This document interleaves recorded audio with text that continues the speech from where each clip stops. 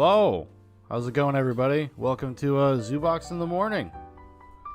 I don't know. I think on Wednesday mornings we're gonna move what used to be Zoobox Live at night. I'm gonna start doing stuff in the morning. Should open some stuff up. Sometimes I'll be by myself. Sometimes I'll have a partner. Dan would have been here, but he's got some personal stuff to take care of today. But we're just gonna hang out and chat. And just check out the news, see what's going on in the world, you know? What could be possibly happening right now that would be interesting to discuss? So, yeah, I was going to talk about this with my brother Dan about, the Taliban and Afghanistan and all the stuff that's going on with that. But I guess I'll just have to do it myself, God damn it. So I've always been, for as long as I can remember, as long as I've been cognizant of the issue, really, kind of get out of Afghanistan. Like I was, probably a lot of people my age introduced to this kind of stuff because of like Ron Paul, say, he was very kind of anti-interventionist. He wanted to pull out a long time ago. He thought like our presence there in general was a mistake because after you went there to try to take out Al-Qaeda, and by extension, the Taliban, we should have left. So we should have just left when the job was done instead of trying to kind of bring democracy to Afghanistan and build up their country, which is something which is reflected in what's going on right now, right? There's a huge segment of that population that has no interest in kind of Western lifestyle. They just don't. But on the other hand, there's also a lot of people that do. And this whole thing that's been happening is this giant fucking clusterfuck. We should have left, sure, but like this? Like at what cost? At what fucking cost? It's fucking disgusting. Some of the videos coming out of here is insane. And apparently completely avoidable. People are so desperate that they will hang on to a plane as it's taking off thinking that they have a better shot living through that experience than hanging out. Because the Taliban is definitely going through, they're going to clean house and they're going to do it slowly, and because the Taliban's kind of they're crafty in a certain sense, and they are self-aware. And they're over there, they're literally in Afghanistan memeing right now. They're all holding ice cream cones, kind of making fun of Joe Biden, talking about inclusivity and the government and all this stuff. They're lying and they're memeing. They're making jokes. It's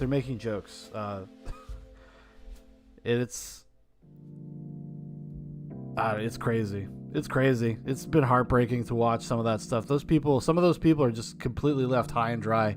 American citizens, but also people that helped America, their country. Even if you disagree with like kind of what was going on over there, that doesn't really have anything to do with the individuals. And they're going to be hunted down like fucking dogs and killed in the streets. And you know it. While they're being kind of cool in Kabul, they're not really pushing things. Hold on. Music's really loud for some reason. They're not like pushing it. They're not pushing it in the place where there's the most kind of public scrutiny of what they're doing. In fact, they're playing nice, and they're going on American television. We have our media essentially running interference for the Taliban, for the incoming Taliban government, because they are going to all the regions surrounding Kabul where nobody's paying attention and cleaning house. We just gave them a standing army, basically. We just handed them over a standing army, fully equipped, tons of stuff. And then it goes to this whole thing, even the president mentioned it. If they don't want to fight for themselves, if they can't find the gumption to fight the Taliban themselves, well, then fuck them. I guess, they don't want it enough. Only to come to find out that we've given them all these things and all of the tools to do things, but none of the know-how. And we completely fucked over their Air Force, and we wouldn't help them kind of maintain the equipment we had given them. When it comes to aircraft, which is kind of a key part of defending the territory from the Taliban, well, we just completely fucked that up too. and by just completely by our own desire. Like, it has nothing to do with whether it's just, it seems almost like constructed to happen this way. Like, they're just letting it happen, and you really got to wonder what the fuck is going on in the background. Like, what is like, would we really eat shit like this publicly with this administration? Is it incompetence? Is it secret squirrel bullshit? I would honestly almost feel better if this was a product of secret squirrel bullshit, because at least at that point you could say, well, somebody's in charge, somebody knows what's going on. Not so much. Not so much, though. At least it would seem. You never know. You never know. So yeah, we're just gonna check out some news stuff. We're gonna watch some news clips about the situation, and we'll try to get as broad of a view as we can. We'll go we'll start with MSNBC. I think this is Rachel Maddow. We'll just start there. I'm not a fan of old Rachel Maddow, but let's see what's out there. Let's see what the people are saying. See what kind of interference is being run today. Oh boy. Let's see if YouTube doesn't pull down the fucking stream because I'm watching news clips and talking about them. So, what's the Chiron here say? Thousands of Afghan nationals await evacuation as Biden faces criticism for U.S. withdrawal. So this is really the real evil fucking thing, was that basically we left like thieves in the night and we abandoned fucking Afghani nationals and also American citizens. Not just at the airport, like people that live in the surrounding areas in Kabul. And there is no real plan to get them. They're just like, well, we're going to try to secure the airbase and people try to get here. Only to come to find out, I read this morning, which this is not a huge surprise, Taliban have checkpoints all along the roads leading to the airport. And they are not letting people go to the airport. They're not letting people go there to evacuate. In fact, it's so bad that some of the scheduled flights and stuff leaving the airport, they had to leave almost empty. So they'd have like 20 people in a plane taking off for the military. It's fucking madness. But let's see what's these professionals have to say. They're gonna know better than I. From what you have experienced trying to get Tahir's family help, from what you have learned through that process, again, which is an unusual thing for you, this sort of advocacy and calling U.S. government officials, not just for information, but to try to get them to do something. Does the kind of escalation and additional resources that have reportedly been put toward this problem sound like the right kind of stuff to speed it up? What we've been told is they're going to have one C-17 taking off an hour as of tomorrow here, today in Afghanistan. They're going to surge State Department personnel to handle the processing of visas. They're going to surge them specifically into Kabul. They were sending out messages just the other day. I think they actually sent out a tweet talking about giving instructions for people to how to properly fill out their visa paperwork. Like, amidst all of this madness, all of this craziness that's going on. And they're sending out people instructions to fill out paperwork for their visas. Maybe do it on the plane, I guess. But this is also another aspect that, in fairness, you really got to talk about, is that letting a bunch of unvetted Afghanis out into the world, like as refugees, because this is basically turned into a refugee crisis, that's also alarming for a lot of people, I think, because a lot of them can be sympathizers. They might be Taliban themselves. You don't know, because the Afghan army has been kind of laying down arms for a couple months, actually, just in small ways. Nobody was really talking about it, but the writing has been on the wall for the government to collapse or whatever. They wouldn't be able to hold Afghanistan, I guess, for a couple months, basically. And there's probably a lot of people in the Afghan military that are sympathetic to the Taliban. It probably is. Essentially, the U.S. was an occupying force, an occupying government. They're there under the tutelage of this occupation. They might not want that. They might not agree with that. They've freed up $500 million as of yesterday by the president's order to try to sort of supercharge the entire process. Are those the kinds of things that you think might open these clogged arteries any further, any faster? Is this the right escalation? They might. I'll say that another person I read about in the story is Wahid Wafa. He was a reporter for 10 years for the New York Times. He was at the airport on that very first day, and there's supposed to be, I don't know the exact number, but there, the administration, the president said 5,000 troops there, but he saw about 500 Americans who were surrounded by tens of thousands of Afghans. They were scared, it seemed, the Americans, of being overwhelmed by this crowd. So they these resources have to come in, and we're just talking about extending this effort for a week or two. What's amazing is behind the scenes is there's this massive effort. You mentioned the 3 news organizations. There's women's rights advocates that have chartered planes to come in and try to bring the best and brightest female students out of Kabul that are attending universities there. There's all these charters that are trying to get in to bring these Afghans out, private organizations trying to save Afghans who've helped us all for 20 years. There's a lot of focus on like women and children. And I understand that, and that's kind of a cultural thing, but you got to remember over there, they rape young boys. Kind of a normal thing. It's part of it's a cultural thing for a lot of these tribes, a lot of these smaller regions and stuff, and that's something that happened on America's watch. Like, we allowed it to happen. There was actually even a big story that came out, I don't know, maybe 3 or 4 years ago at this point, about somebody in the U.S. military. I can't remember all the details. Basically killed the dude that had a fucking pleasure boy, as they call them, like in his room on a U.S. Air Force base. And he killed him. And there was a big question about whether or not, it was, or he wanted to kill him or he threatened to kill him. Maybe he didn't kill him because there was this whole idea of like the threat of the international incident and blah, blah, blah. And how his leadership basically just told him he had to lay off, and he wouldn't. And but that's not something that's abnormal, and it's something that also should be remembered when we're talking about who we prioritize helping and saving. Years, and they can't get in because of the lack of organization, and again, the lack of planning by this administration. So we can leave Afghanistan. It doesn't have to be this chaotic. We have a moral duty to get people like Tahir and Wahid out, and particularly the young women you were talking about earlier in the broadcast. I was struck today, David, listening to the Pentagon briefing with appropriately very hard questions being thrown at the Pentagon spokesman and the general who they put up at the podium today.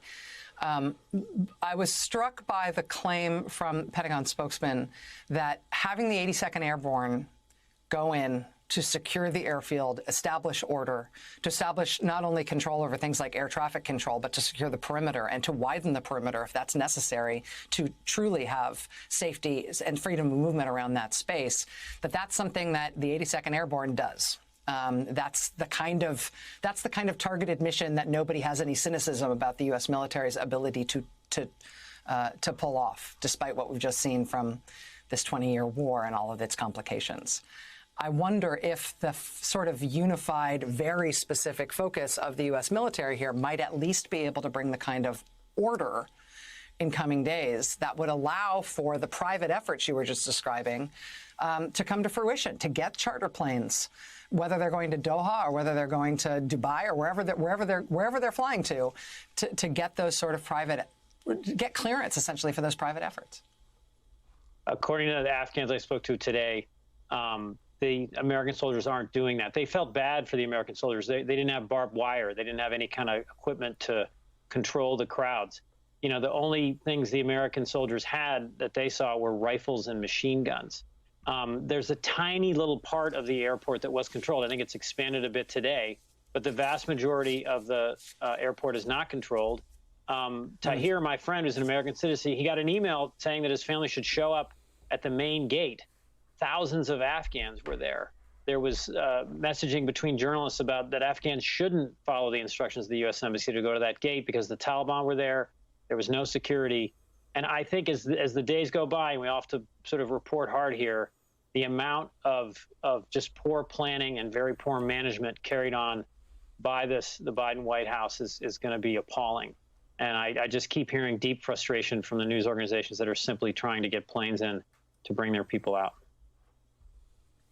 David Rode, Pulitzer Prize-winning journalist, executive editor at thenewyorker.com, somebody with personal experience that gives him not only unique connection with those men who you are trying to help, but also unique perspective on what needs to be done here. David, thank you so much for your time, and good luck to Tahir and his family and to the others you're trying to help.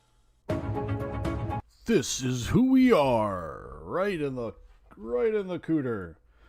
So yeah, it's a tough thing going on. Let's see what we got here. BBC, the awkward Trumpy truth about Afghanistan's likely new Taliban leader.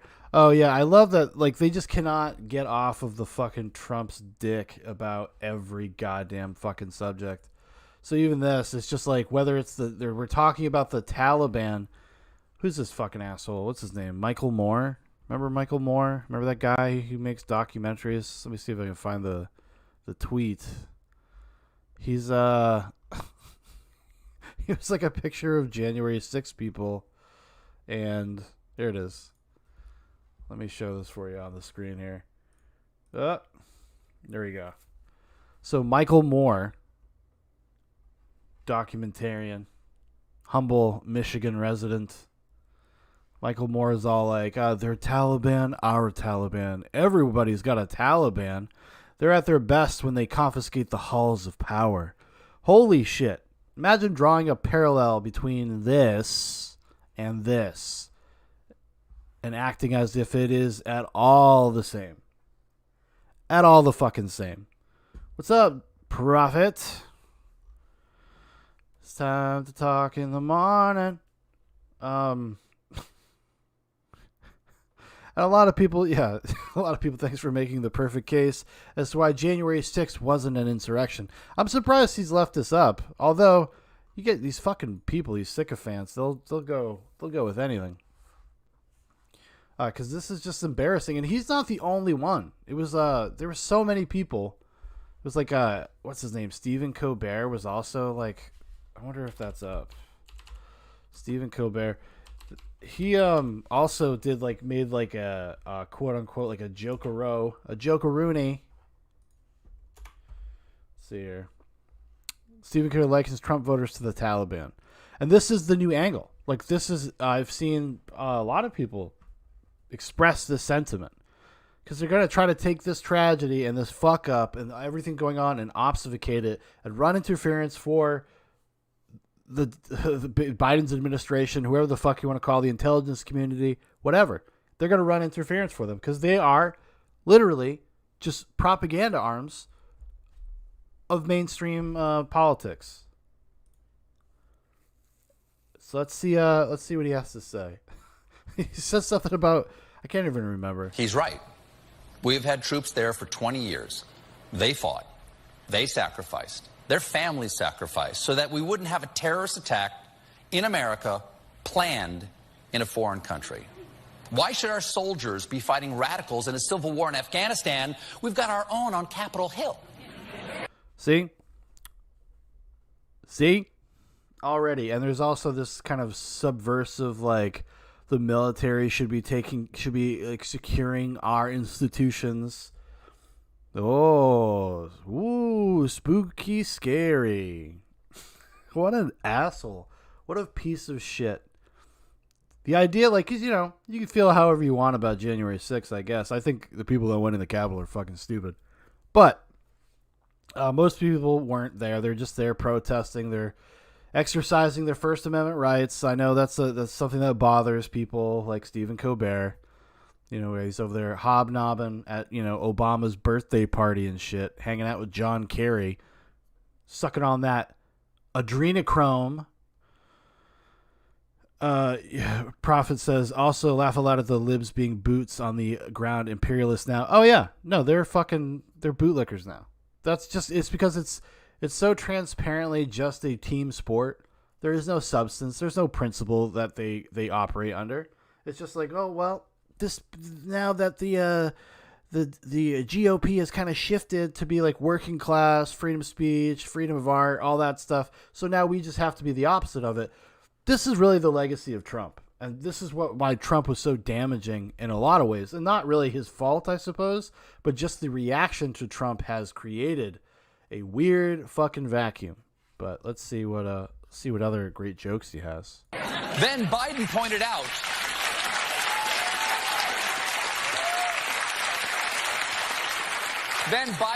out the U.S. did everything we could for the Afghans. We gave them every tool they could need. We paid their salaries. This is also another thing that I find really disgusting. It was disgusting about the speech. It's disgusting about people like Stephen Colbert. This is not the question anybody has. Nobody was disagreeing with the idea that we should leave Afghanistan. That's not the fucking issue. That's not what is going on right now. That's not the problem. And they just don't even address that. They don't address that criticism. They don't address that question. And I'll tell you what, a lot of these progressive people, a lot of fucking mask off, dude, because they do not give a shit. They do not give a shit about the fucking men, women, and children that are in Kabul that are going to be completely butt-fucked back into the Stone Age. They do not give a fuck. You know, as much as we agree or disagree about Afghanistan or whatever, I'm sorry, we set a standard. We do have a responsibility at this point. You're just going to let tens of thousands of people suffer and die in an avoidable way, something that was avoidable. That's the craziest part about it, too. 100% a self-inflicted wound. And they're going to allow Biden to just like pretend like he's just fucking Saint Joe Biden out there just fucking, oh, look, we did what we had to do. This is what the country needed. Why should we have to do this? You know, nobody has, it's been, they're talking about Afghanistan as if it was back in like 2010. It's from what I understand. You know, and I'm not an expert. I'm not a foreign policy expert. I would never say that I am. There's a lot I could learn. I could change my opinion if somebody showed me the information. But that's not how it is now. And even the last, I think, American to die in Afghanistan was in 2020, February 2020, one person.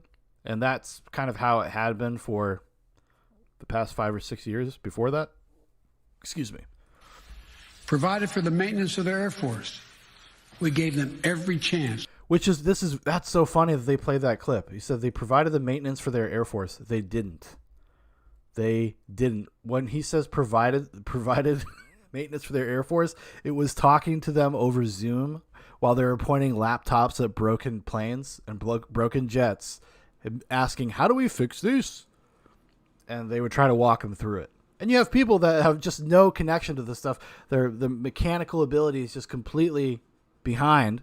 They're probably not the best at maintaining that shit. But hey, I guess now that, you know, we've given the Taliban that's already kind of cozying up with China. Oh, I'm sure this is great, guys. Like, you think it's going to be a fucking just a simple thing that you have not created some awful vacuum that you will suffer for.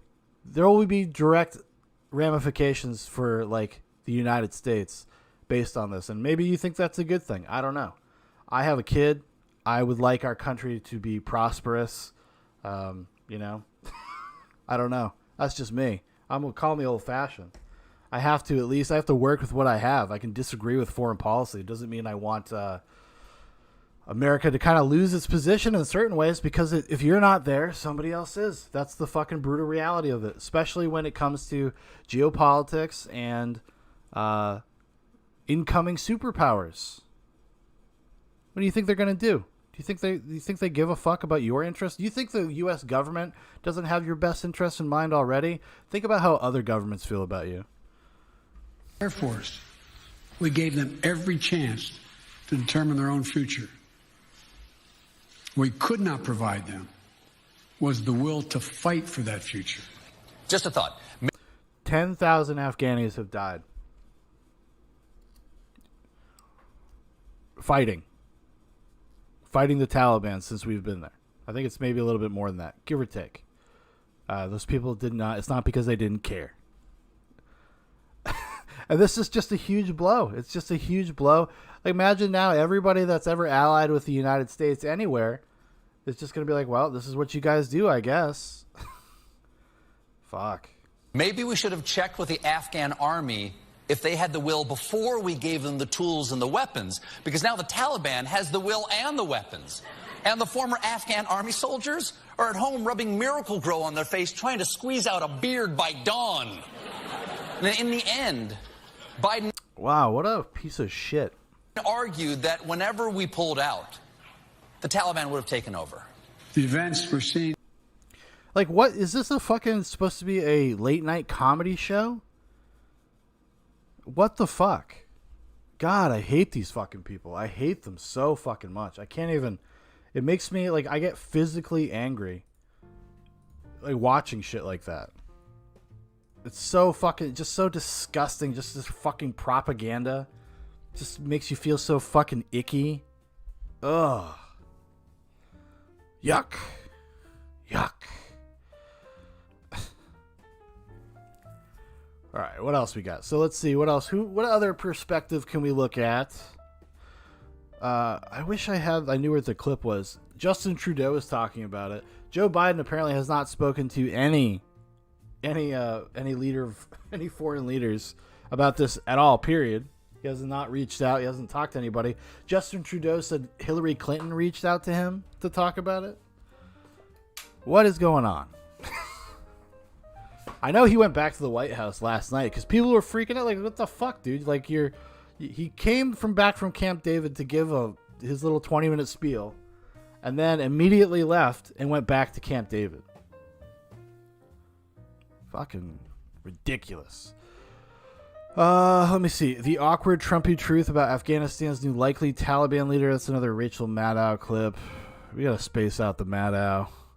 But they can't quit Trump. They just have to frame everything is about Trump. You just can't quit the man. Can't do it. Let me see here. Taliban hails emancipation of Afghanistan in first Kabul news conference. So let's check that out. That's from a few hours ago. What I love about it is our U.S. media just adoringly covering these people. You can't even have fucking people in our own country have their voices heard, but the Taliban, well, that's a big deal. We need to make sure they can disseminate their ideas, as if we don't already know what they are. You know, they're gonna be soft and progressive. Women have a place.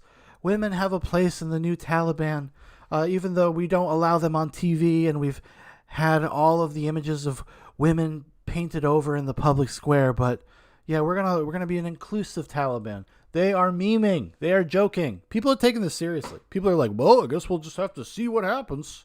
I guess see what happens with the Taliban. Oh my goodness. Fucking.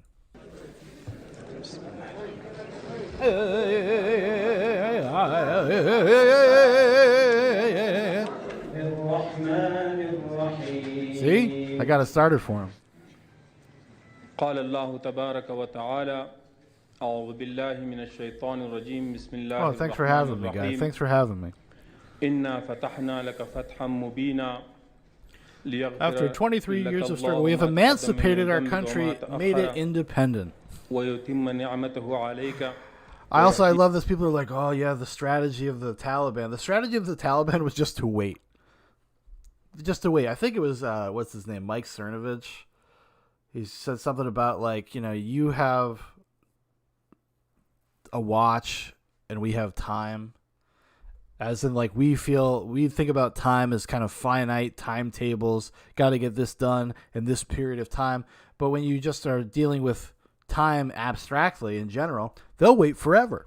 They would have just waited forever.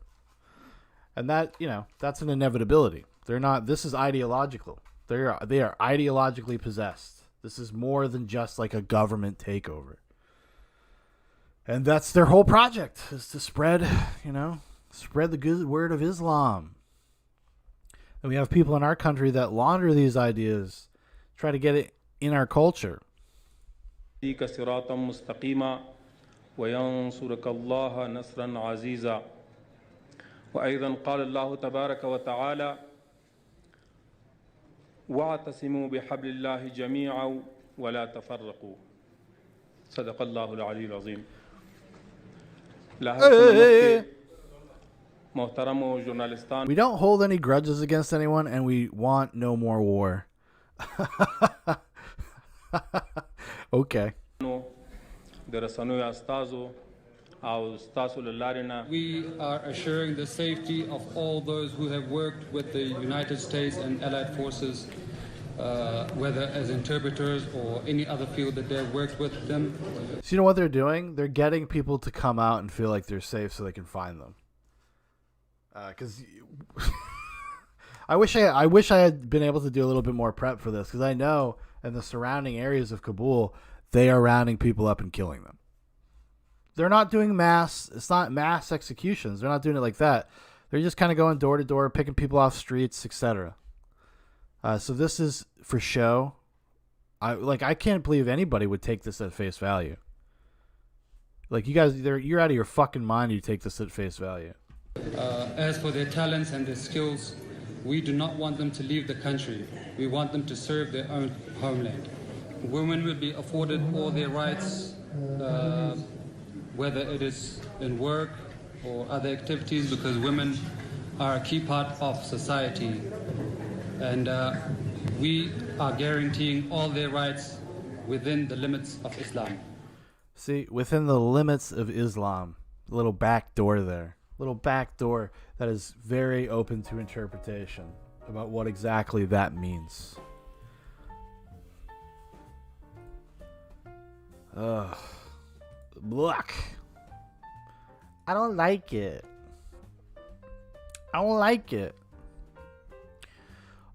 Democrats aren't buying Biden's excuses in Afghanistan withdrawal. He helped the Americans in Afghanistan. Now he feels betrayed. Afghan women journalist stalwart in face of Taliban takeover. Oh, you mean the ones that are allowed on television still? Which is none of them, unless you're a foreign correspondent. Like the lady that was outside covering the thing going on. She's in a full hijab now. She used to not be. And she's like, well, mostly they sound really friendly. They are saying death to America, but they sound very friendly while they're doing it. They're jovial. They're joking around. It's great stuff. Taliban takeover. How do the neighboring countries react? Let's see. Sure, let's check that out. Oh. What a pretty lady. What a nice gal. Is day 2 of an Afghanistan run by the Taliban, and stunned world leaders are beginning to respond. And she's like, and I think they're kind of handsome. They look kind of cool. Beards are in. They are doing so in vastly different ways, with some acknowledging the Taliban as the winners of the war and representative of the Afghan people, and others still hedging their comments. Here's how countries in Asia have reacted. Scenes of chaos that sent shockwaves around the world. Desperate Afghans trying to escape a takeover which doesn't only impact them, but also the region. Sharing a 2,500-kilometer border with Afghanistan, Pakistan has been accused of providing a sanctuary for the Afghan Taliban. The takeover could provide fresh support to the Pakistani Taliban. But the Prime Minister apparently praised the transfer of power. Remember that mental slavery is worse than actual slavery. It is more difficult to break the chains of mental slavery. In Afghanistan, they've just broken the chains of slavery, but the chains of mental slavery do not break. As Afghanistan's close neighbor, China is watching the takeover closely. Although it senses opportunity in the humiliating U.S. withdrawal from the region, Beijing... Whoa! They're just meaning just the humiliating withdrawal. They're just out there. They're just gonna say it. And yeah, Afghanistan, very resource-rich place. Might it be kind of partially why we stayed for so long? As it was Julian Assange had kind of pointed out that it was a way to like launder money. Basically, that was another reason why we were there. Is wary about potential threats. Afghanistan could become a staging point for Uyghur separatists in the region bordering Xinjiang. But the Taliban promised that would not happen in a meeting with Beijing last month, laying the ground for what China calls a friendly relationship. Okay, so this is interesting. maybe this is not. I mean, that's just telling you. Like they've been Well, I think everybody knew or thought that maybe this would happen at some point. I guess. I don't think they thought it would happen so quickly. But yeah, China's already been in there talking to the Taliban. They probably have been for a long time. Just kind of announcing their partnership months ago. Oh, dude, we're headed for some dark fucking times. Ugh. Really, like, to existing in the last, like, the death gasps of a empire, of a country. That's kind of what it feels like we're in the midst of, or at least the beginning of, for sure. A little scary, especially having a family. It makes it a little more intense. Because yeah, I think about my family in like kind of long-term legacy sense. You know, I have a son. He'll have children. He'll have his own family. It's just like, what world or am I bringing all of that into? I suppose. China will continue developing good neighborliness and friendly relations with Afghanistan and playing a constructive role in Afghanistan's peace and reconstruction. Right now, so they're going to go and just give them a bunch of money to the Taliban. They're just going to give the Taliban a ton of money, and now that they have like a fucking army and they're all armed up and they got all the Humvees, they got Black Hawk helicopters, tons of munitions. India has been tight-lipped about its intentions toward the Taliban. On Twitter, External Affairs Minister S. Jaishankar expressed concerns of the international community. The Modi government appears to be focused on getting citizens and support staff out. Japan says it's cooperating with the U.S. to respond to the situation. We ask all concerned parties to restore security and to secure life and property. As the Taliban take charge, other close neighbors are getting themselves prepared militarily. Recently, Uzbekistan and Tajikistan wrapped up drills with Russia, simulating a joint response to potential security threats. Now, Asia is holding its breath while that becomes a reality. For a deeper dive, we turn to our correspondents from across the region, from Pakistan to India and to Taiwan. Thank you so much. Well, clearly there's a lot of anxiety in Pakistan, but as you've just heard the Prime Minister Imran Khan, he has welcomed the return of Taliban.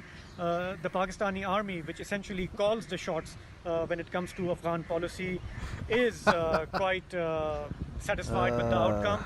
They believe that their policy over the last 20 years of being a frontline ally of the US and supporter of NATO troops officially, but at the same time not completely abandoning the Taliban, has paid off, because they feel there is a...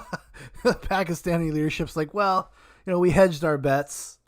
We stayed friendly with the Taliban behind the scenes. We never totally cut that vein out, and we played nice with the U.S. and NATO. But now that that's gone, hey, you know, guess who was the smart guy after all? A friendly government in Afghanistan now, which will not let Afghanistan be used by Pakistan's perceived enemies like India. But there is also a real concern in Pakistan, because if this transition isn't managed well, it leads to bloodbath. There will be pressure on Pakistan to take more Afghan refugees, and militants in Pakistan will be emboldened. India is deeply worried about the developments in Afghanistan. Within the past few hours, it managed to evacuate its diplomatic I wish the person that was behind them on the motorcycle would be like, shut up, bitch! mission in Afghanistan. Now it needs to decide what kind of stand it will take with the Taliban. Over the past 20 years, India built strong relations with successive Afghan governments, including that of President Ashraf Ghani. It also invested in Afghanistan's future by investing some $3 billion in infrastructure projects like dams, roads, highways, schools, hospitals, and in the hugely symbolic gesture of building the new parliament. Now the worry is that all these gains of the past 20 years will be lost. India has never trusted nor recognized the Taliban, which is widely regarded that it's supported by India's arch rival, Pakistan. The concern here now is that any diplomatic leverage that India might have had in building a strong and stable Afghanistan will be lost.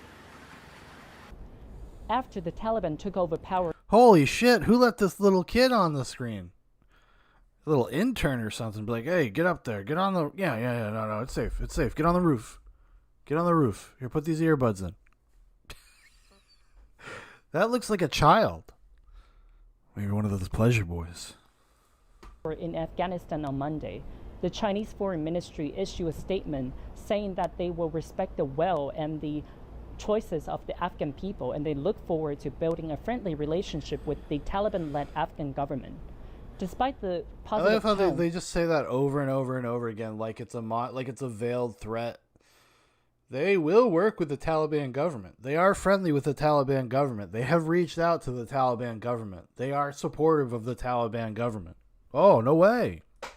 From the statement, experts say there are still some underlying concerns for Beijing in the bilateral relationship. One of the concerns is the possible spillover effect of the instability inside Afghanistan to the region, as China has billions of dollars of infrastructure investment in the region, and the spillover of the instability inside Afghanistan to the region could have a huge impact on China's economic interest. Another possible concern is the link to the possible rise of terrorist activities inside China from groups that are based inside Afghanistan. During a meeting with the visiting Taliban delegation last month, Chinese Foreign Minister Wang Yi made it very clear that they hope the Taliban will not host any terrorist organizations inside its border. Without a very clear and firm pledge from work the with Taliban, them, though. Just not allow them in our country. Relationship remains very unclear as Beijing tries to figure out what is the best possible way to move forward with its relationship with the Taliban. Shut up, child. Shut up, young boy. Do not lecture me. I am a man. I have a beard, much like a member of the Taliban. Although I doubt they'd be wearing a sweet fucking shirt like this. Highly doubt it. So let's check out Julian Assange talked about Afghanistan. This is a clip from 10 years. This is kind of a random clip I found because I don't want to watch like one of his hour-long interviews or anything. Because it's not the one I was... Oh, crap. It's not the one I was looking for. I was looking for one that was kind of like a short, concise one. That was just like his overall statements about the nature of the war in Afghanistan and our presence there, but we'll see. Maybe he'll offer some of the same critiques in this little clip. It's like 4.5 minutes long. From The Guardian. Oh boy. Exciting stuff.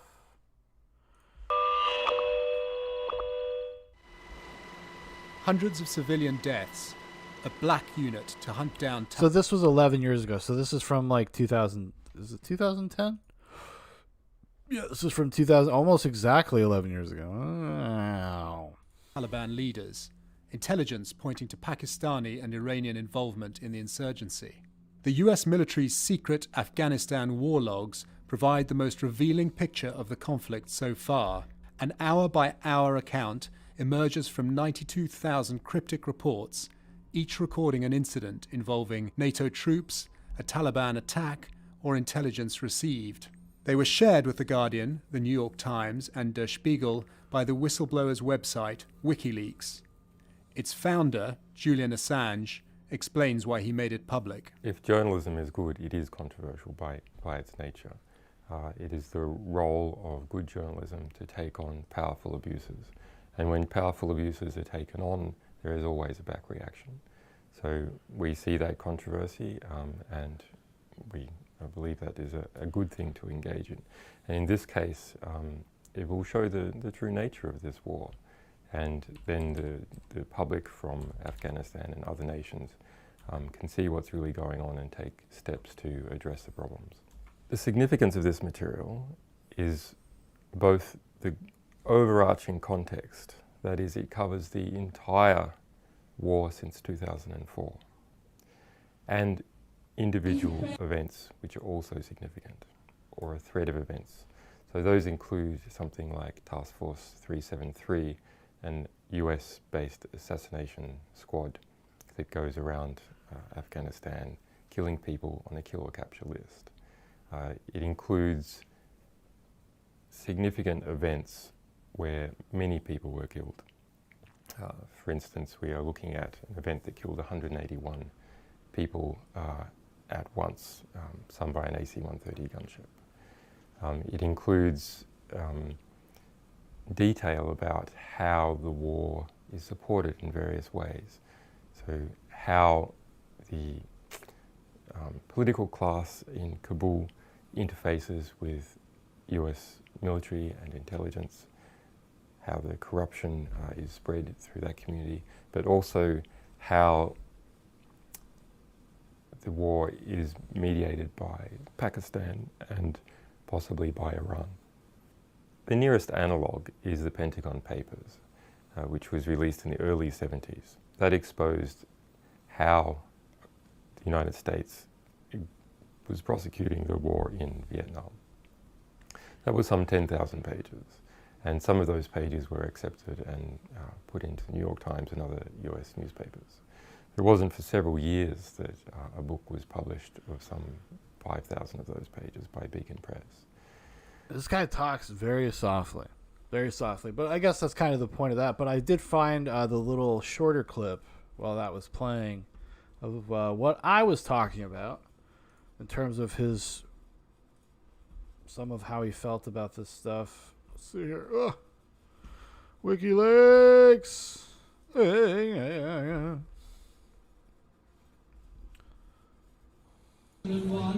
Because the goal is not to completely subjugate Afghanistan. The goal is to use Afghanistan to wash money out of the tax bases of the United States, out of the tax bases of European countries, through Afghanistan and back into the hands of a transnational security elite. That is the goal, i.e. the goal is to have an endless war, not a successful war. Exactly. See, this is so many things we talk about, so much stuff, whether it's whether it's the pharmaceutical industry and vaccines or wars or whatever. It always comes back to this concept. It's almost too easy.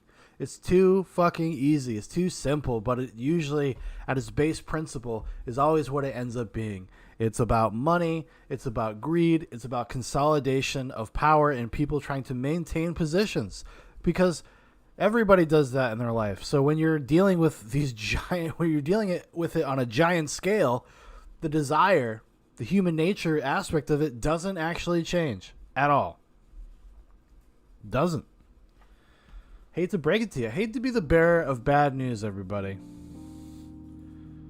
Give me something. All right, so let's see what else we can find here. I was thinking about, should we look at like the crazy neocon perspective as well, maybe? Probably do that at some point as well, because I think I saw a video that might be like Ben Shapiro and Dan Crenshaw, maybe they were talking about it, because I know Dan Crenshaw was like wanted to stay in Afghanistan.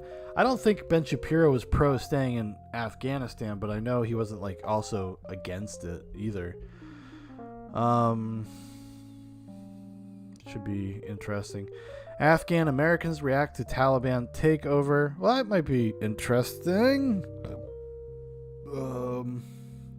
Afghan female journalist talks about the plight of women under Afghan rule. Under Afghan rule? Or the Taliban rule? I don't know. Afghan journalists pleads with NATO not to recognize the Taliban. And this is also a big thing that's going on. If the Taliban takes over, do other countries, governments, NATO, do they recognize them as a valid government? Because it's going to validate the way they do business. Suddenly it's going to be all about cultural differences. Like when Joe Biden he did like a town hall or something a long time ago, and he said he wouldn't really comment on what the Chinese were doing to 1 million Uyghurs in their country, keeping them in internment camps and torturing them. He wouldn't really comment on that because that's a cultural issue. That's just something about them. That's just what they do. And that's exactly what will happen with the Taliban stuff. 100%. So let's check out what this woman has to say. What we want to know. This is from the CBC. CBC. I want to share with you an emotional exchange from just moments ago, an Afghan journalist from Brussels breaking down as she asked about the future of her country. Take a listen. I would like to ask especially about NATO rule in Afghanistan. NATO is not only US. Don't you think that decision that you or NATO took, it was wrong? How do you respond for that? And how many more failed policy will be followed before a workable one will be implemented and planned? Because when we saw the situation as an Afghan woman and like a normal Afghan citizen, you see the situation is really tough, and there is thousands of women or really don't know for the future what is going on and what should happen for them. And they are always asking, what does it mean 20 years? NATO with all the international communities inside in Afghanistan, and then we are going back again 20 years after we were on that place. And this is really the thing. You know, when I talk about we there's an entire generation of people in Afghanistan, men, women, children, everybody, that have lived under kind of NATO and US tutelage. And we've allowed them to kind of be more progressive in a certain sense, in a relative sense, right? They've been that door was opened, and that door will be slammed shut. And something like this could be used, obviously, as propaganda to encourage the American people, get us in our hearts, pull our heartstrings, the empathy, be like, oh, well, this is why we can't leave. And I don't think that's really the case at all. I think just this plan was completely botched. Should have happened much more progressively, slowly, over a few months or something. And maybe there would have been some stability could have come from that. Maybe not. Maybe this was an inevitability. But the way we did it is basically means there was no chance. And that is awful. And I imagine a woman like this, or just people in general, staring down the barrel of that reality. That's heartbreaking. It really is. You have, like I said, an entire generation of people. There are people that were born and are now adults that grew up in a different environment and now are about to be fucking ripped back 20 years. I can't even imagine. And I would like to ask how that possible. The US and EU, with the top of civilization in the world, have beaten Nazism, fascism, and imperialism. But after the Second World War, and NATO and European Union with all this big intelligence, and they are not able to defend for only a group of Taliban, and then you are doing everything again, put us 20 years after. And how do you see the future? And I would like to ask, as a woman, please, don't recognize the Emirate Islamic Taliban without any condition, like the agreement which is signed between Taliban and the government of Trump, and then all NATO is following that. Please don't recognize the Taliban and don't put us again in the same situation. Thank you very much. The guy's just well, that was a lot. It was extremely difficult to make the decision to end the NATO military presence in Afghanistan, and it was difficult because I share your pain. Because he's not going to answer the question. He's not going to answer the question. That's not what she's asking. It's not really what that's not what she's intimating right now. It's don't legitimize this presence. Do not validate their worldview, their ideological prism. Do not do that, because that's what you're going to do. That's what everybody's going to do. Especially now that China is really heavily involved behind the scenes. Everybody's going to get right the fucking line. I understand your frustration. I was Prime Minister in Norway back in 2001 when we decided to send the troops for the first time to Afghanistan, and now I'm Secretary General of NATO. responsible for our presence there and the ending of our military mission. And over these years, I've been many times in Afghanistan. I met people, I met not least a lot of women standing out as strong leaders with a strong voice, and I've seen the social and economic progress you have been able to make in Afghanistan over these years. And therefore, we will continue to support, we will continue to watch, and we will continue to hold the new rulers accountable for living up to fundamental human rights. I like that it's in the middle of like this giant kerfuffle, this giant transition of power, if you will. And he's like, he's already refers to them as your new rulers. Your new rulers. Oh, God, it's so fucking dark. It's so depressing. Including, of course, the rights of women. And it is a tragedy what we now see taking place in Afghanistan. At the same time, there has been gains, and we all need to make all efforts to try to preserve those gains, including the fact that generations of men and women, but in particular women, are now educated, are now taking part of in political processes, and it will not be easy for new rulers to remove, to take away all those gains. So I understand the anger, but I also have the responsibility to convey the message that the plan, the intent, was never to stay in Afghanistan forever. It's not what she's asking. She's just saying that if world leaders do not validate, do not legitimize their worldview, their perspective, because that's what you're going to do if you say that they're a valid government. That's what you're going to do. I don't know what the right thing to do there is. Like I said, not a foreign policy expert or anything. But I understand where that lady's coming from. The plan was to build an Afghan state, an Afghan security force, to take responsibility for the future of Afghanistan. And the tragedy was that after 20 years, we saw a very sudden collapse of Afghan leadership, politically and militarily, that led to the advances of Taliban. And that was NATO Secretary General. Thanks for not answering her question, really. My goodness. Well, let's check out the neocons. So Ben Shapiro, let's do that. Ben Shapiro, Dan Crenshaw. No. See, 10 hours ago, what does the Afghanistan withdrawal mean for America?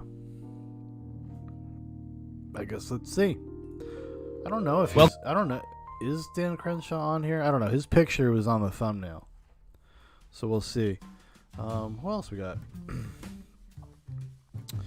And we also got Tucker Carlson. I guess it's only fair since we listened to Rachel Maddow. So we'll check out this Ben Shapiro thing. We'll see how long I can handle it. Might not be for very long.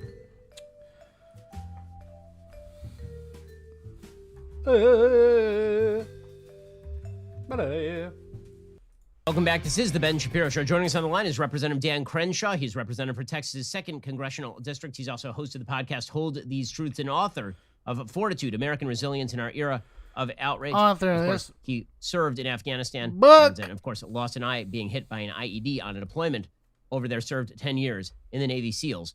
Dan, thanks so much for joining the show. Good to talk to you. Dan, always great to be with you. So, Dan, obviously, this is one of the darkest weeks in modern American foreign policy history. Certainly of my lifetime. I was born in the 80s, so I don't remember the fall of Saigon, but the utter betrayal to which the Biden administration has now subjected our allies in Afghanistan, and also the complete surrender of the entire country to the Taliban, with now apparently no true ability to even do anti-terror operations in the country. It's astonishing how badly this was handled. It really is. I think we're forgetting something too. It's also a surrender of a basic strategic deterrence. You know, the reason we go into Afghanistan, the reason we kept deploying there, this is something the American people need to hear that they have not heard for years. But the reason we keep going there is to prevent a terrorist safe haven, because that terrorist safe haven is what caused 9/11. And so our goal was, not just to go after the people who did it, but to prevent it from ever happening again. We're forward deployed everywhere around the world, and yet for some reason, the No More Endless Wars crowd has singularly focused on Afghanistan. And people cannot seem to distinguish between nation building, which indeed is a waste in a place like Afghanistan, but they can't distinguish between that and a small residual force that was basically keeping a stalemate, propping up the Afghan. Well, I guess that should have been the focus, and that should have been we pivoted to that, I guess, instead of continuously engaging in this project disingenuously.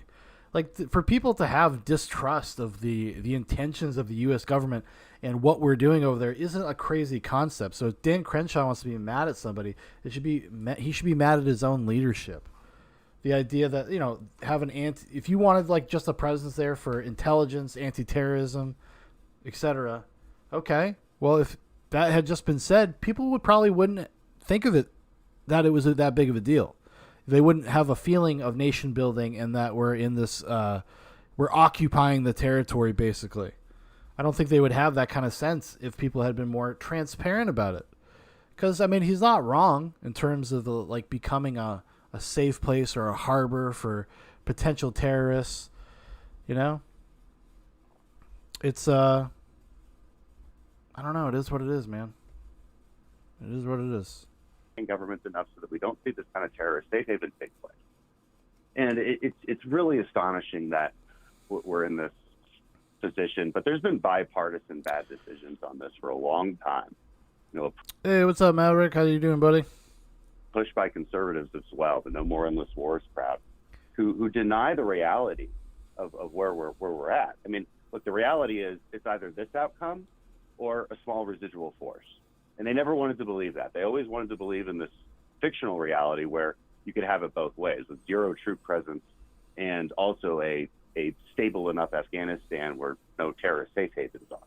But it's not true. Never has. Yeah, Dan, this is the part that drives me up an absolute wall. So we have heard, Joe Biden just lied overtly yesterday. He kept saying over and over, we'd have rows of headstones at Arlington National Cemetery, that are we going to send another generation over there to die? The United States has had a minimum troop presence in Afghanistan since 2014, when NATO shifted its mission. We had 2,500 troops in Afghanistan. We'd had 0 combat casualties since February 2020. There is no way to overstate this. The fact that he was treating this as quote-unquote endless war, when we had stopped spending hundreds of billions of dollars, we were now spending about $45 billion a year to have a minimum troop presence there and to prop up the Afghan government. And then that we were working in... Can you imagine $45 billion a year spent there, and it's kind of a blip in the budget. It's a blip on the radar. Fucking insane. Monopoly money. Close tandem with the Afghan military, which was, in fact, incurring serious casualties. Like Joe Biden ripping on the Afghan military to the tune of, these are all cowards who ran away, when it's perfectly obvious what happened here. The Afghan military underwent 55,000 deaths over the last 7 years. And 50, that's more than I thought. I thought it was more in the territory of 10,000. 55,000, that's a lot. The United States military underwent under 100 deaths over the last 7 years in the way of combat here. And yet the idea here from Joe Biden is that the best possible policy here was to withdraw all of the bases of support upon which the Afghan military was relying. We removed all air support. We took away all of the civilian contractors who were even right before we pull out, he grounds the Air Force. Fixing their planes. And so is it any wonder that the Afghan military collapsed overnight? No, and this is a great point to bring up. Look, they have sacrificed. I've fought with these people. But I'll never forget this story. We did a mission back when I was deployed there. And this was a simpler mission than we normally did. Usually we flew in by helicopter to insert. But this time we drove. And we drove our MRAPs, and they drove their Humvees. And we went and did our thing. And we talking about it afterwards, we said, you guys have to be able to do this on your own one day. And they asked us a very simple question. They said, would you go do it with the trucks that we have? Would you go do this? And we had to answer honestly, nope, no, we would not, because it's too dangerous to do it in your trucks. They're not as well armored as ours. So, okay, I get the point. And the point is, with a minimal backup, with minimal assistance, the Afghan army could continue that stalemate with the Taliban, which, as far as strategic national security interests are concerned, that's what America wants.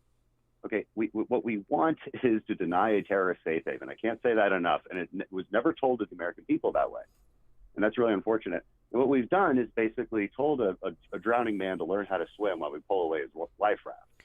You know what? It's not actually a fair fight between the Afghan army and the Taliban. The Taliban are an insurgency. They play by no rules. They'll kill civilians. They'll hide amongst civilians. It's a completely different way of warfare. It's not like they're fighting a conventional force.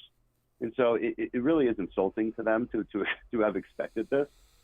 It's also that they're a brand new country. We keep saying, oh, we spent all this money and 20 years of training. How come they're not just like Navy SEALs? Well, they aren't. I mean, they don't have the foundations. They don't have cultural foundations of warfare. They don't have, sure, it's a warrior. Well, this is the problem, I think, when it comes to nation building in this way in general. Like, this is not, and I was talking to my brother Dan about this the other day. It's not like it's not a 20-year project. Like, to do like what we had intended, right? If we were to say like the nation building aspect, this is kind of what we gave up on in 2014. If that had been truly the intention, that's like 100-year project. I mean, all the points that he's bringing up are fair. They're valid.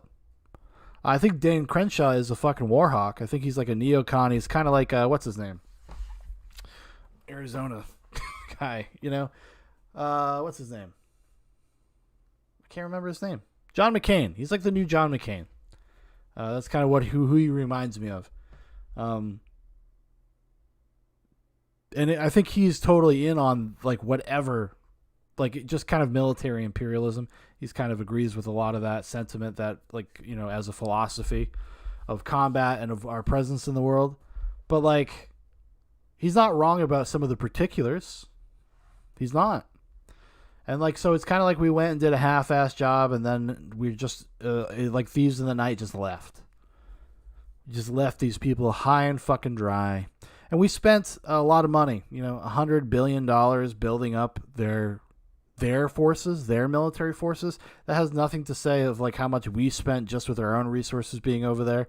But like almost $100 billion to build up their military, to give them something, and then did not help them maintain it, did not really teach them much about it. It was kind of like, go with God, son. Ends up being a giant waste of money, and now you've just given the Taliban a fucking standing army. And also, a lot of those people that in the Afghan military, they might actually be sympathetic to the Taliban. I don't think we should discount that either.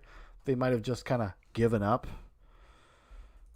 Your culture in a sense, but not in a traditional sense at all. Not the way that Americans have.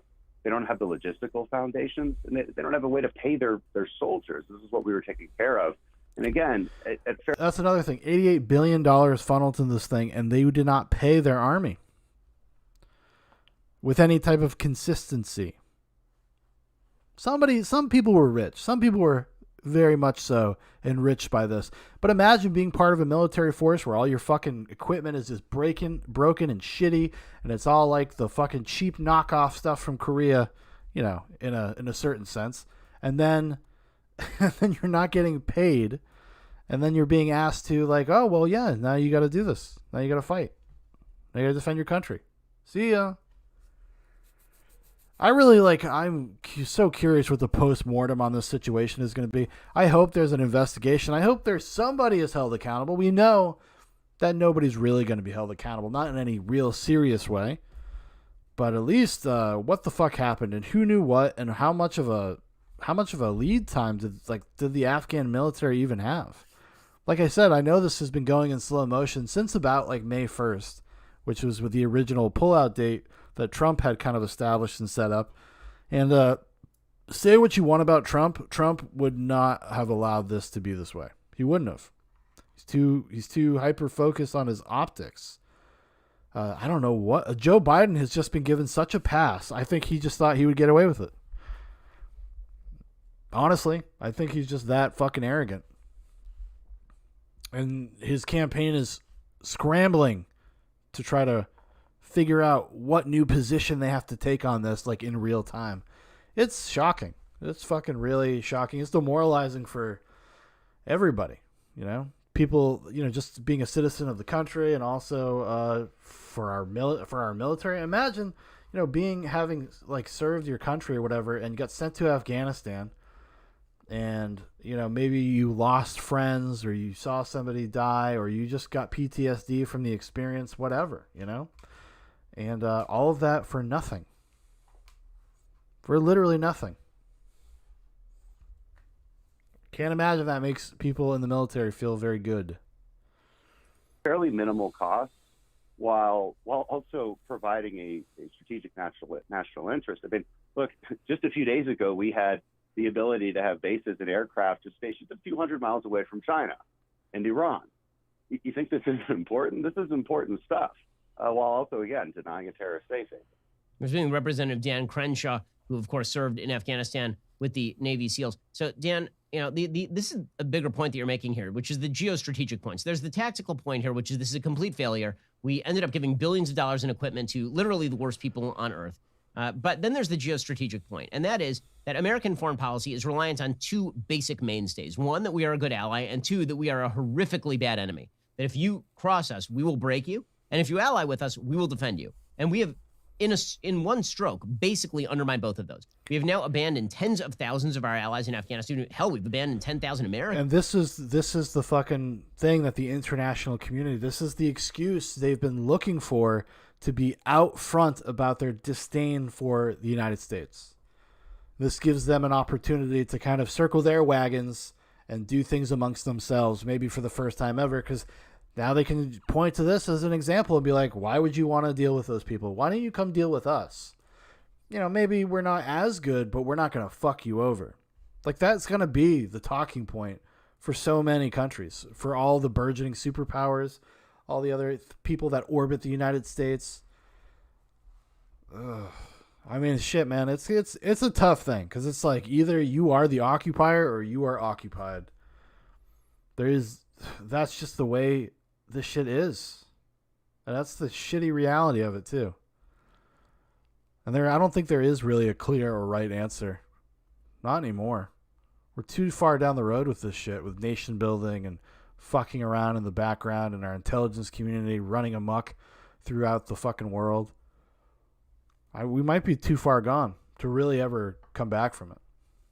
Honestly. And now, not only that, but our behavior has basically set the standard for what international conflict behavior is. And that's all the other countries, all their other intelligence communities all kind of take their marching orders from the way that we do things. And over the past, 50, 60 years, we've been fucking around.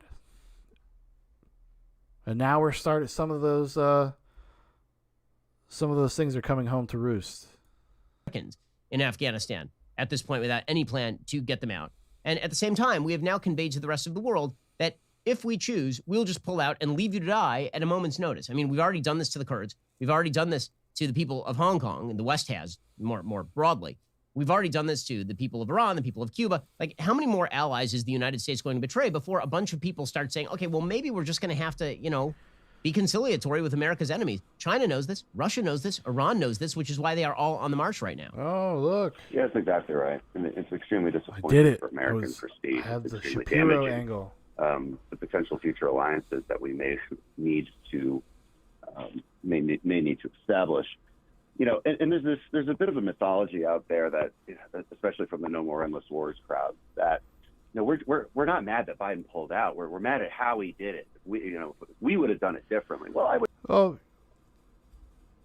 yeah, that's how I feel. I don't know. Let's see what neocon Dan Crenshaw says.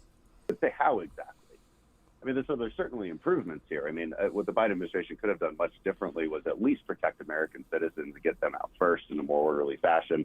The U.S. ambassador in Kabul needs to be fired and resign in shame. He actually requested to be pulled out before embassy staff had even left. He wanted to abandon his post. Secretary of State needs to resign based on these actions as well. So, there are some improvements there, but let me be very clear about something. If your goal was to go to zero troops, this was going to happen. Now, it happened faster than we thought, but it was always going to happen. And that strategic deterrence, that strategic national interest that we have, was always going to end up like this if you went to zero troops. And like you said earlier, our cost was minimal. There is a difference between nation building and a residual security force. Our cost was minimal. We had very few troops there, providing the backup the Afghan government needed, and at a very low cost to us in both lives and money. And it's to throw that all away, basically for the sake of an emotional slogan, bring the troops home, right? Because it makes us feel good. Well, facts don't care about your feelings, Ben, as you know.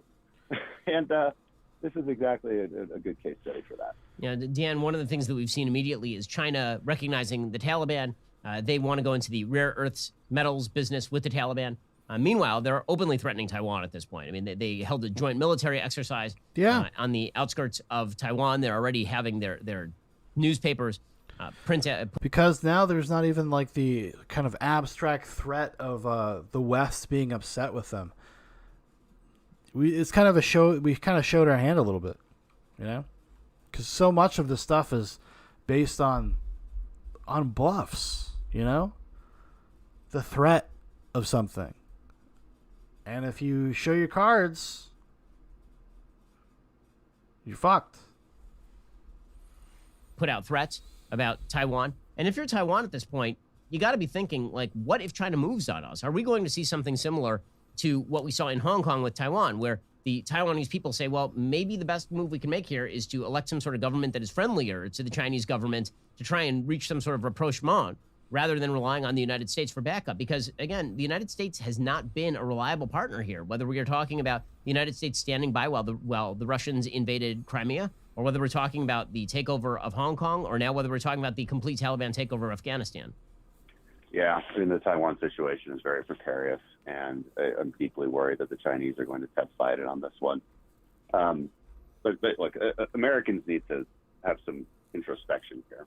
We need to decide who we want to be. Are we the leaders of the world or not? And no, that doesn't mean world police, but it is an honest assessment of what defense and national security actually mean. It seems to me that there's a lot of people, and again, I'm going to pin this right back to the No More Endless Wars crowd. It seems to me that they think that national defense means like lining up Navy SEALs along our beaches in California, surrounding our shorelines with Navy ships and just waiting for the enemy to come, looking out over the horizon with binoculars, defending the country. That's not actually how it works in the real world. In the real world, you need forward deployed presence, and you need to build alliances, and those alliances have to be established and reassuring and consistent. And if you don't have, and yes, there's a cost to that, but there's also quite an enormous benefit. And I don't know where we went wrong on this. I think the American public I think the pendulum has swung so far in the wrong direction because we were rightfully sick of, I think, the wasteful nation building that occurred in Afghanistan. But we have to get back to, I think, a sense of normal and stop looking at foreign policy with pure emotion and look at it with realism. Again, a lot of people say, well, it was a pointless war. It wasn't going anywhere. Look at the Soviets, look at the British, all the same thing. And I say, okay, that's fine, but the premise of your argument seems to be that, well, I wish I lived in a different reality. But I think some of that stuff is fair. Like I said, I'm not the biggest fan of Dan Crenshaw, but I think some of what he's saying is completely valid and fair. Like I said before, it's either you are the one doing it or it is done to you. And you have to really seriously ask yourself, what position do you want to be in? That's a reality. And I do agree with him that I think some people have a very fantastical or naive view of foreign policy and what goes on behind the scenes.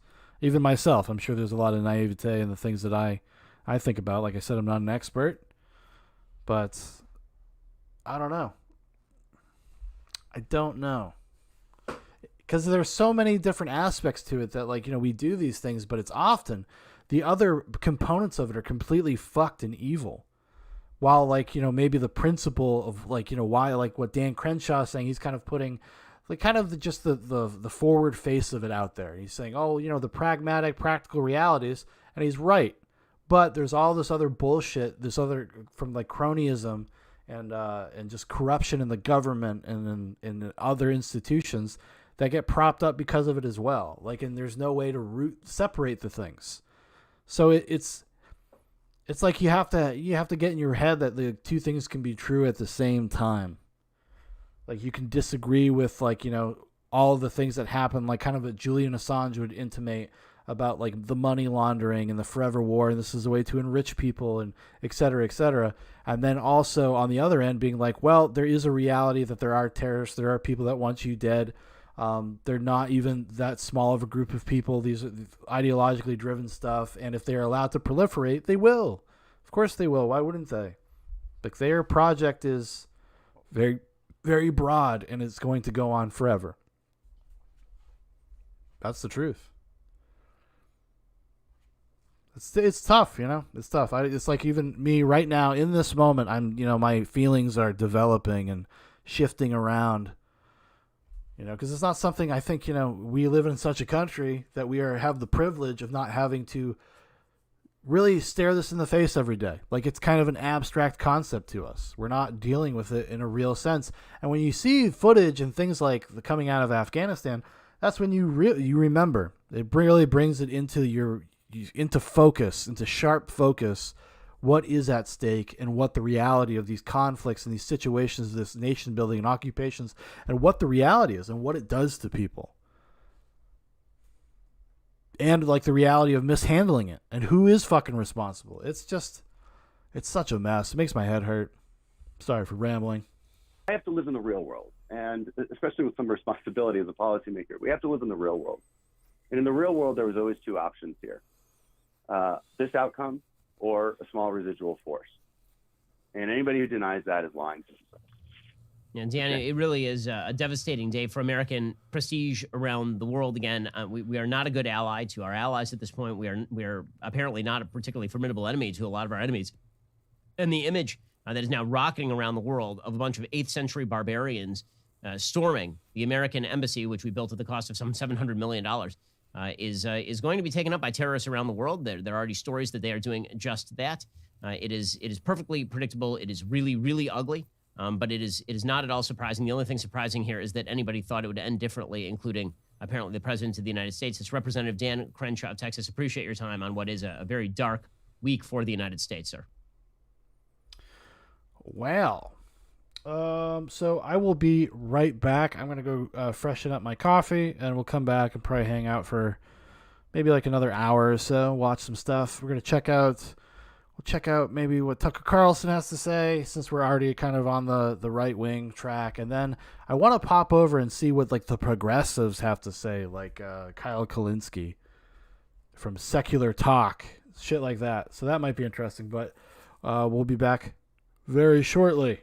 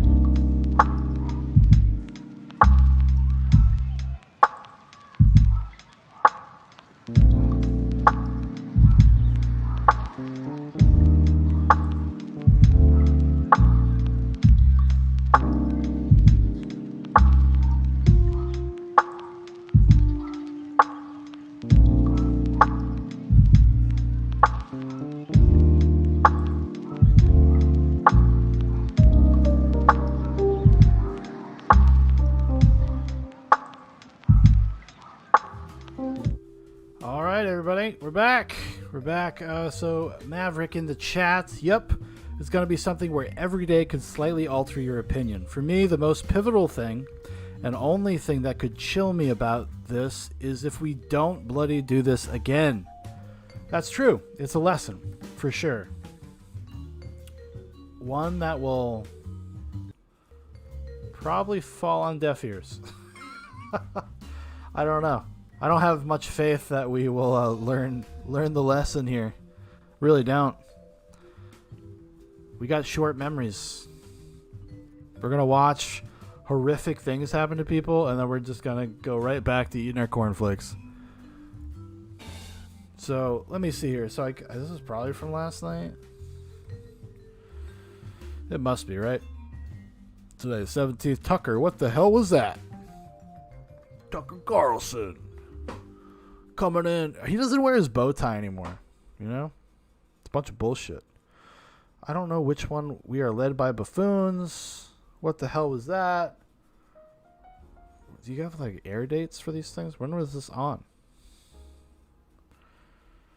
They don't even tell you. They just give you these clips. God damn it. Total failure, dude. Total fucking failure. Fox News. Tucker, we are led by buffoons. Everything they touch turns to chaos. Money wasted. Okay. Well, that was from yesterday. This is from yesterday. Alright, well, let's just go with the most... I think this is the most recent one. We'll go with the most recent one. As of tonight, there are thousands of U.S. citizens, Americans, trapped in Afghanistan. They can't get to the airport in Kabul because the roads to the airport are controlled by the Taliban. Now, the U.S. government allowed that to happen. Joe Biden's on vacation, so he can't explain how he allowed that to happen. But today, the White House press secretary said right out loud that the Biden administration will not guarantee the evacuation of Americans stranded in Afghanistan. Sorry. Can you offer any guarantee to the Americans and Afghan allies that if they remain there past the end of the month, U.S. troops will help them evacuate past the end of the month? Weijia, our focus right now is on doing the work at hand and on the task at hand. And that is day by day, getting as many American citizens, as many SIV applicants, as many members of a vulnerable population who are eligible to be. Yeah, they're not going to commit to anything. They're not going to commit to anything because this is political now. And this is kind of why this happened the way it did, mostly for political reasons. Just because of the optics of it. They thought it would look good. It would be a great thing for us to get out on the 20th anniversary of 9/11. They're not going to say something where they put, their foot in the concrete and say, this is what we will do. This is what we guarantee. Of course not, because then they'll just fall to political criticism. So they can't even send a strong message out to the people left behind that we are coming for you. We will make sure that you're taken care of. They won't even do that because they don't want to get made fun of and people bitching about them in the media. That's their priority. That's what they care about. Be evacuated to the airport and out on planes. Notice how she puts all three together. Americans, special visa applicants, vulnerable population. What the hell is that?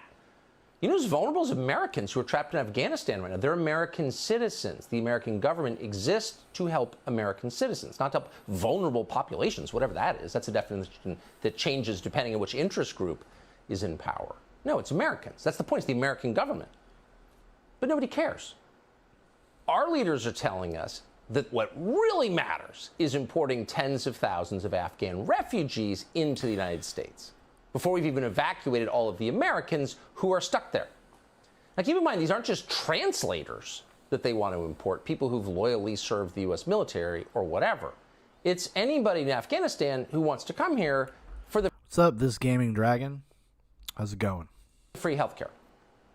Who's in favor of this? Well, on the record, 46 U.S. senators, 43 Democrats, and 3 Republicans just called on the Biden administration to, quote, create a humanitarian parole category for, quote, Afghan women leaders, activists, judges, and other public figures to quickly and efficiently relocate to the United States. Brian Kemp, the kind of pathetic governor of Georgia, he's a Republican apparently, just announced he wants Afghan refugee camps in his state. Okay. So, of course, the Well, media... he did. Yeah, he said, I saw like a tweet that he was just like, yeah, send him here. Send him to Georgia. And it's like, I don't have a problem necessarily with like taking in refugees. But good God. A lot of these people are not going to be vetted. They're not. We don't know. We're not going to know who they are. And I think people have a right to know that, especially if the governor is saying, bring them to your neighborhoods. It's just because there's just going to be, the cultural divide is so fucking wide. That could cause a lot of problems. Let's just be real. It really could. And that's not me trying to be cold, or I'm not like anti-immigrant or anti-refugee. I'm just saying, like, there are realities to this shit that nobody's going to fucking tell you. Is completely in favor of this. They hate the population of the United States. CNN is accusing anyone who doesn't want this of being a racist. Though, by the way, have you seen the people who live in Afghanistan? A lot of them are whiter than I am. It's nothing to do with race. It has to do with putting American citizens first, period. But they don't get that. It's not even a category that makes sense to them. Politico this morning ran a symposium on how we can help Afghanistan, as if we owe Afghanistan a lot. We've helped Afghanistan a lot. Not simply by spending more than $8 trillion there, where'd that money go? But also by letting an awful lot of Afghans move here. More than 100,000 special visas to residents of Afghanistan and Iraq in the past couple of decades. We've issued a total of 300,000 green cards to residents of those two countries. Now we're told that's not enough. We're just hard-hearted or something. We don't take enough immigrants. This country is getting so volatile and divided. Maybe we have a moratorium on any new people coming in until we can sort out our own problems, till we can learn to get along with each other. And after we have brought all of our Americans home. Sean Parnell. Well, I think that is a completely valid point here, is that like the priority right now, as far as the situation on the ground, should totally be American citizens. I mean, come the fuck on.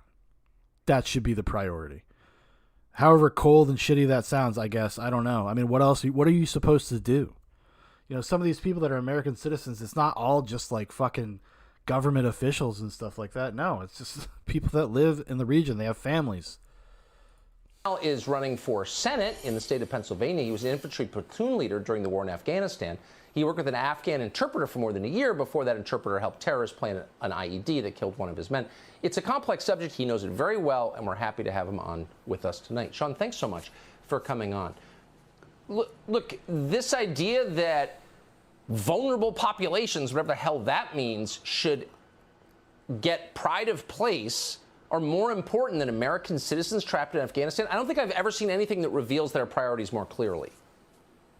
Yeah, first of all, thanks for having me, Tucker. And if you want to help save this country, go to parnellforsenate.com.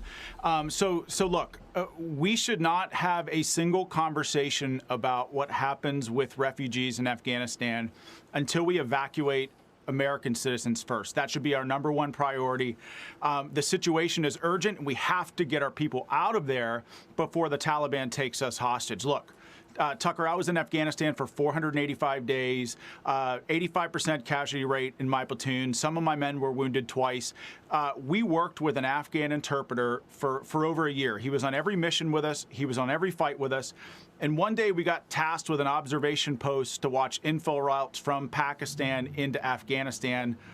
My platoon that day rolled up onto the hill. We wondered why the Afghan villagers all around that hilltop were watching the platoon. Rolled up onto the hill. One of my trucks hit a plastic Italian TC-6 anti-tank mine. It wounded 4 of my soldiers seriously and killed somebody in my platoon. After that mission was over, during our after-action report, we found out that our interpreter, who had been with us every step of the way, someone who we thought was our friend, we learned that he was working with an Iranian IED cell in Pakistan and coordinated the placement of that mine, which killed one of my troops in a devastating attack. Tucker, just because an Afghan works with us and is friends with us does not actually mean they're safe to bring here. And this is precisely why we cannot bring 30,000 unvetted Afghan refugees to the United States of America. It's an irresponsible policy, and quite frankly, I can't believe we even have to have this conversation. American citizens have to have the priority. They have to be the priority. Yeah, they're not, though. And something happens in the brains, particularly these middle-aged Republican leaders. Their brains go soft.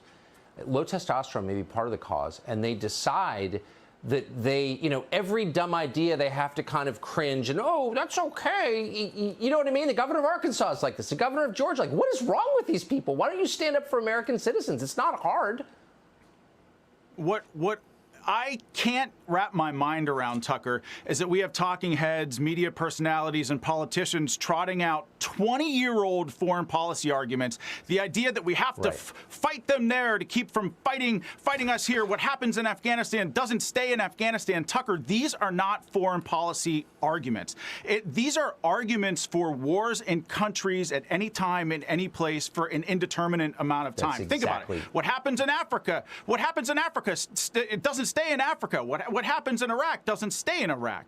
So I'm tired of these arguments. Our politicians, our leaders have to be more careful with America's sons and daughters. They're the best of us, and we need to take care of them. Amen. There's an ocean separating us from the rest of the world. Let's use it. Sean Parnell, I appreciate you coming on tonight. Thank you. Thanks, Tucker.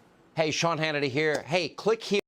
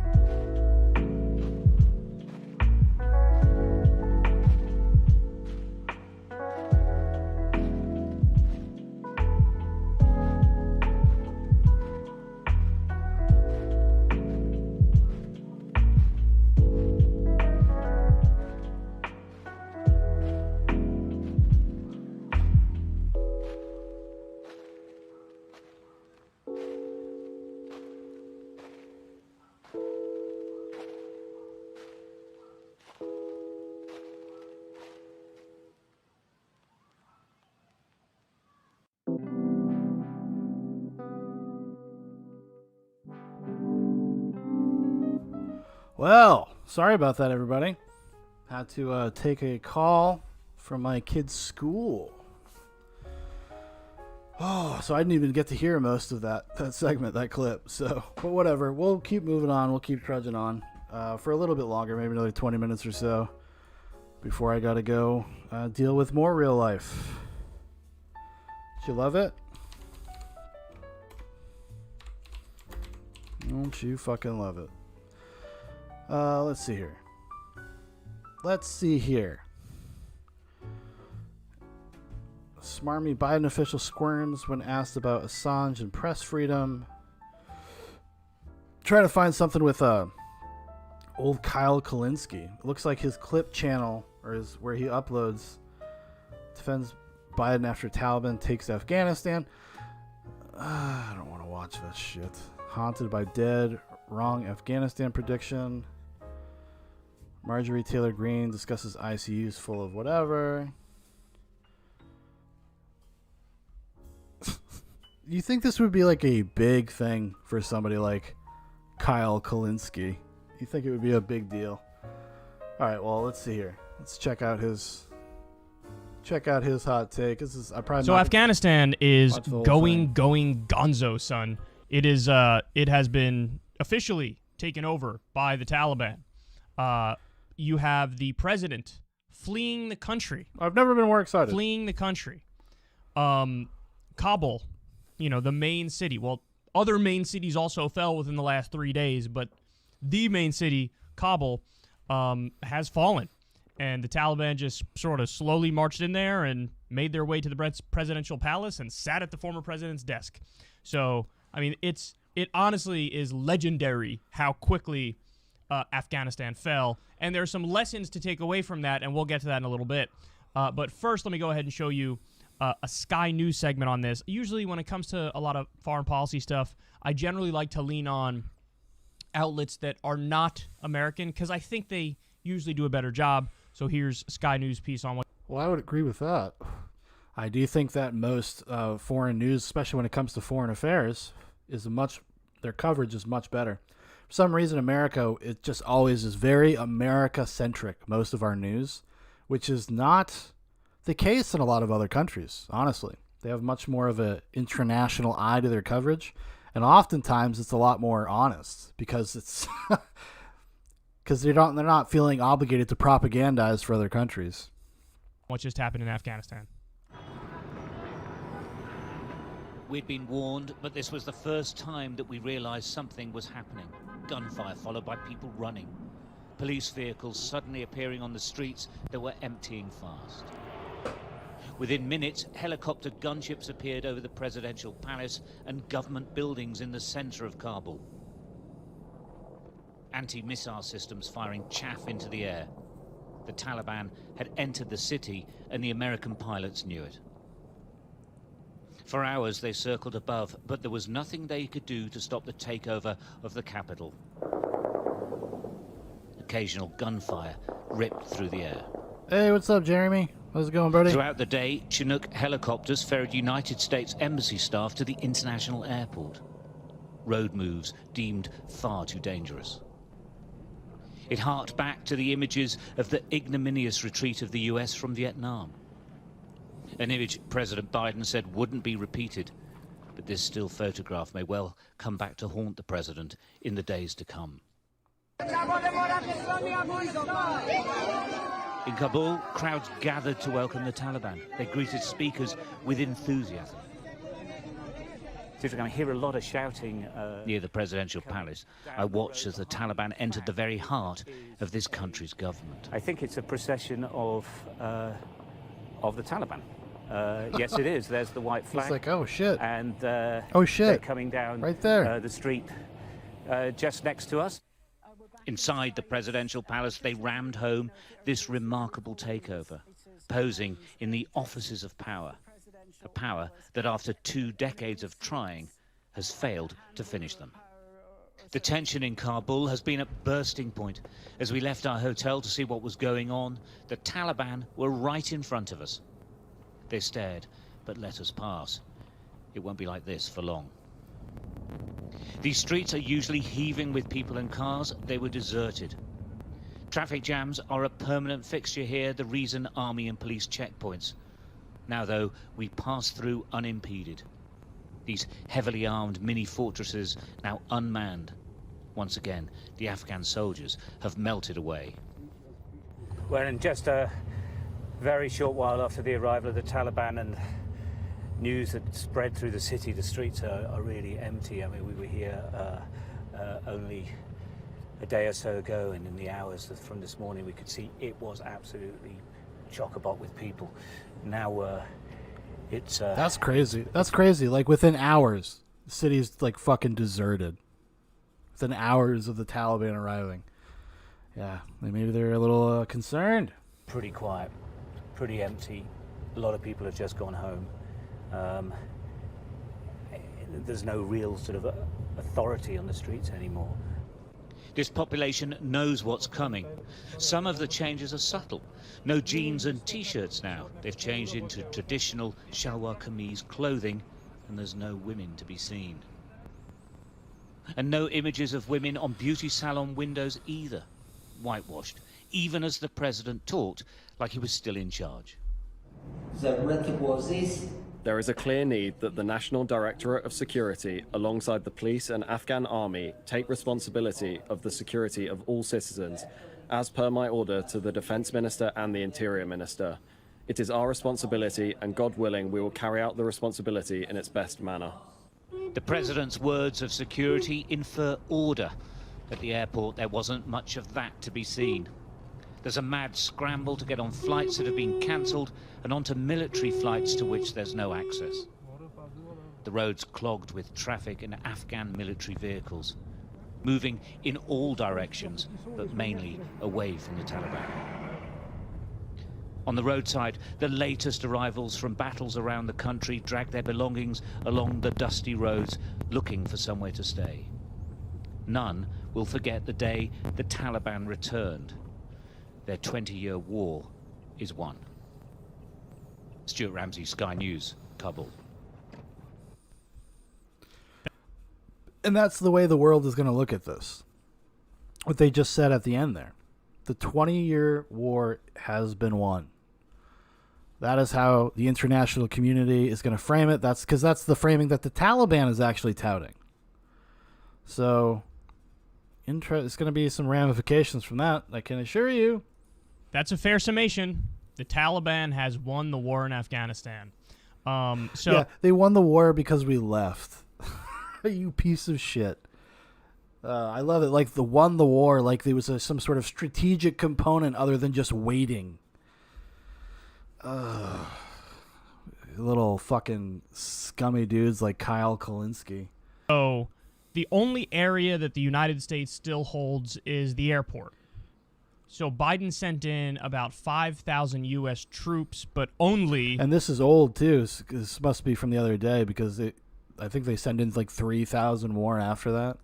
To secure the airport and basically get out the rest of our allies. Well, actually, not even our allies. Get out the rest of the Americans and the people who are employed by the U.S. government and perhaps our contractors as well. You have the biggest failure here, and there are many people who would argue there are a lot of failures, but the biggest failure would probably be the fact that we have interpreters and people who aided the U.S. government along the way. There's about 88,000 allies of the U.S. who are from Afghanistan and in Afghanistan. And we have a really arduous process to get into this country and get through immigration. It's a 14-step process. And as a result of that, as a result of the bureaucracy, fewer than 2,000 people have been let into the United States legally.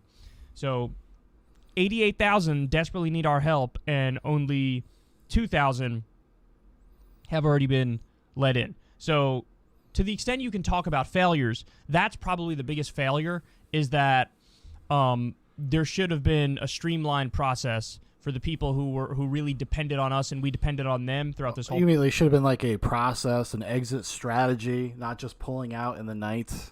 Process.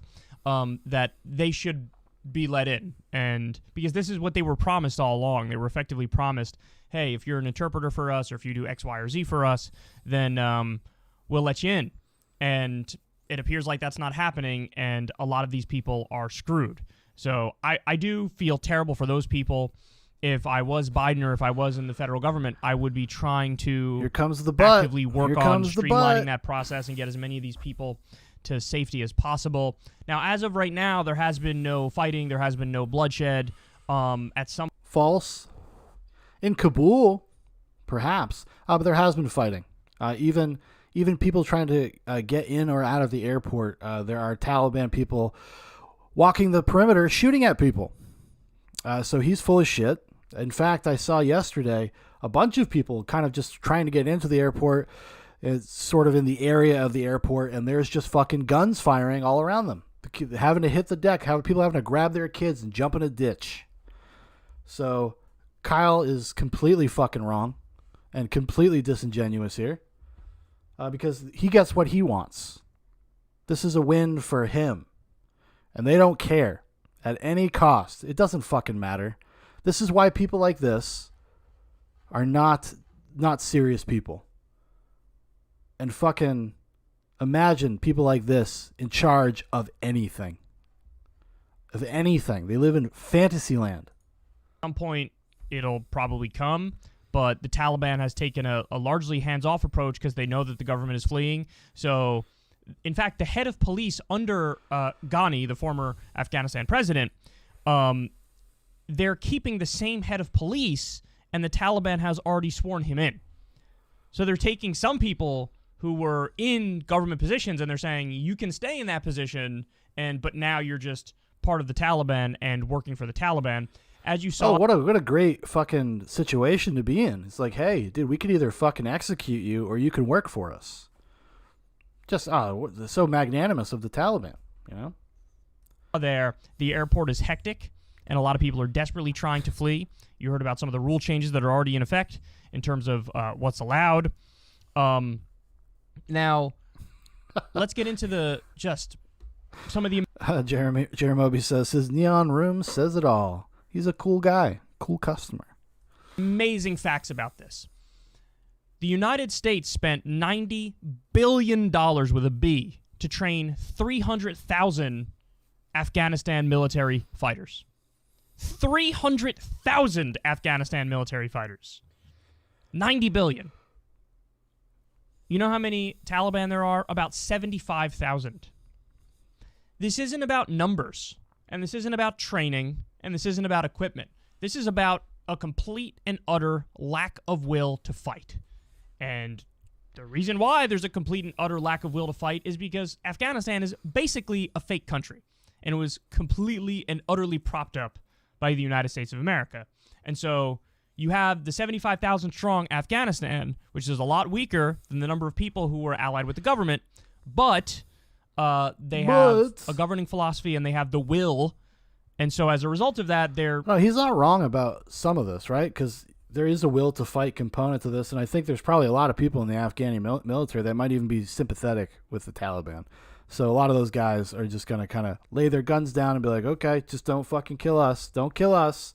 And that's what the Taliban is going to do. They're going to kill all the leadership. They're going to take them out. They're going to put their own people in there, and now they're going to have a 300,000, roughly, strong army with all of the stuff that we just left behind. All the equipment. It's fucking insane. But he has such like a, there's such a level of smugness here as he describes this. Oh, we were right. We're always right. I'm sure that the people of Afghanistan, like the women and the children that were allowed to go to school and not be fucking just raped all the time, I'm sure that they felt like they were living in a fake country. Easily winning this. In 2019 alone, the United States dropped 7,423 bombs on Afghanistan. And by the way, there were mass civilian casualties with that. I wonder what that money could have went towards. The amount of money it cost to drop 7,423 bombs. The U.S. a number of times lost track of weapons that were in Afghanistan. Well, guess what? Now all of the weapons that were given to the 300,000 person strong Afghanistan military. They're going to go to the Taliban now. So we ended up making the Taliban a lot stronger than it ever would have been simply by our meddling in the country and our attempt to... And that's fair. That is fair. I mean, but this is kind of American foreign policy writ large, is actually just creating our own problems. And I guess you could be conspiratorial. You could get speculative with that, why we do those kind of things. Because I don't believe for a second that this is completely born out of incompetence. I do think there is something else going on behind the scenes. I'm sure there is. There always is. It's never as simple as what it is. It's never, you can't take any of the stuff at face value, really. Prop up a fake government effectively. That is a devastating thought. Well, it's only a fake. It's a fake government because of actually how we treated them and what we did over there. Like I agree with Julian Assange's kind of assertion that it's like kind of a giant money laundering scheme, and it was never meant to really create real stability and stuff like that. And as of like 2014, our entire tact is in terms of what we were doing in Afghanistan totally changed. It was more there as like kind of an intelligence asset, kind of our military positioning because of the countries that surround Afghanistan and stopping it from becoming a giant terrorist state, someplace that harbors terrorists. But I don't think that excuses what's going on here. So it's when you hear these people and they're going to backload this stuff with like all of the problems that ever happened in the past 20 years, and that's why it's okay that we did what we did now. At some point you have to develop you have to have you're fucking responsible. Like whether people are like that or not, that is the reality. You are kind of responsible for those lives to one degree or another. And by the way, of course, we built a lot of infrastructure for them that will now be used by the Taliban. The U.S. also built a multi-million-dollar compound in Kandahar that we never once used. That, of course, will go towards Taliban use now. There's plenty of U.S. money for Afghan schools that went to our allied warlords, who we've talked about previously on the show, who had child sex slaves, and the Taliban. Some U.S. troops, we've been in Afghanistan so long, 20 years, that some U.S. troops have actually watched their children go to the exact same war, which is hard to wrap your mind around. Now, let me give you some more information on this. U.S. News had some great numbers laying out the facts here. American service members killed in Afghanistan through April, 2,448. U.S. contractors killed, 3,846. Afghan national military and police, 66,000 killed. Other allied service members, including from other NATO member states, 1,144. Afghan civilians killed, 47,000. This is over a 20-year period. So what he's not really, maybe he will mention it after this, but since I think 2018, or was it? No, 2020. Since 2014, these numbers have completely kind of flattened out. That's not to say that there isn't a tragedy when people die. I'm just saying it was not always the hot zone, I suppose you could say. 245. Taliban and other opposition fighters, 51,191. Aid workers, 444. Journalists, 72. And let me give you probably the most devastating fact of all here. Estimated amount of direct Afghanistan and Iraq war costs that the United States has debt financed as of 2020. $2 trillion. $2 trillion. Suddenly he cares about money in the budget. Maverick says, I don't know, there are 18, 19, 20-year-olds over there brought up with more freedoms. Their cricketers are beasts. They've been developing, the youngsters, I mean. It's going to be pretty brutal for them. I totally agree. I 100% agree.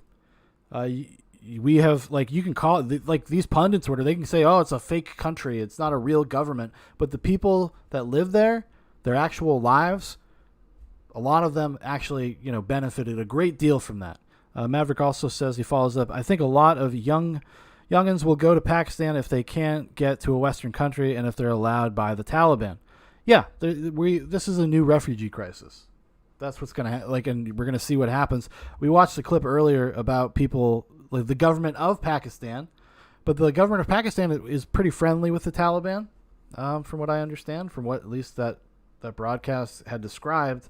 So they've been talking to the Taliban for a couple of years, because while this just happened, like the writing has probably been on the wall for a couple years. And that's when the waiting game started. That's probably why all the conflicts and all the violence and stuff kind of subsided for a few years. Because they knew within a short period of time, 5 years or so, that things were going to change. That they were going to have an opportunity to get it back. And and just like this idea, like we gave them all this money, this military. But if you start learning about how we treated their military and how we didn't help them with even like maintenance of their resources that we gave them, like we didn't invest in our investment, basically. It's going to be awful for a lot of people. A lot of human suffering is about to come down the pike, and people can pretend like the Taliban is like some new, gentler, kinder Taliban that everybody's kind of trying to say, like especially the American media. Very fucking weird. I don't even know what to think. I don't even know what to think. Like Maverick said earlier, like your opinion, my opinion, it's going to probably change. This is a very fluid situation. It's going to change on the reg about this stuff. Because we just never have a full picture. And even if you have the full picture, like so much information, it's like overwhelming. And to be able to parse through all that stuff and come up with a coherent like opinion about it is almost like feels impossible sometimes. Estimated interest costs by 2050. So this is how much the war is going to cost in total because it's paid for with debt. This is how much the war is going to cost in total when you add the interest by 2050. $6.5 trillion. Trillion dollars. So now the question is very obvious. What do we have to show for all this?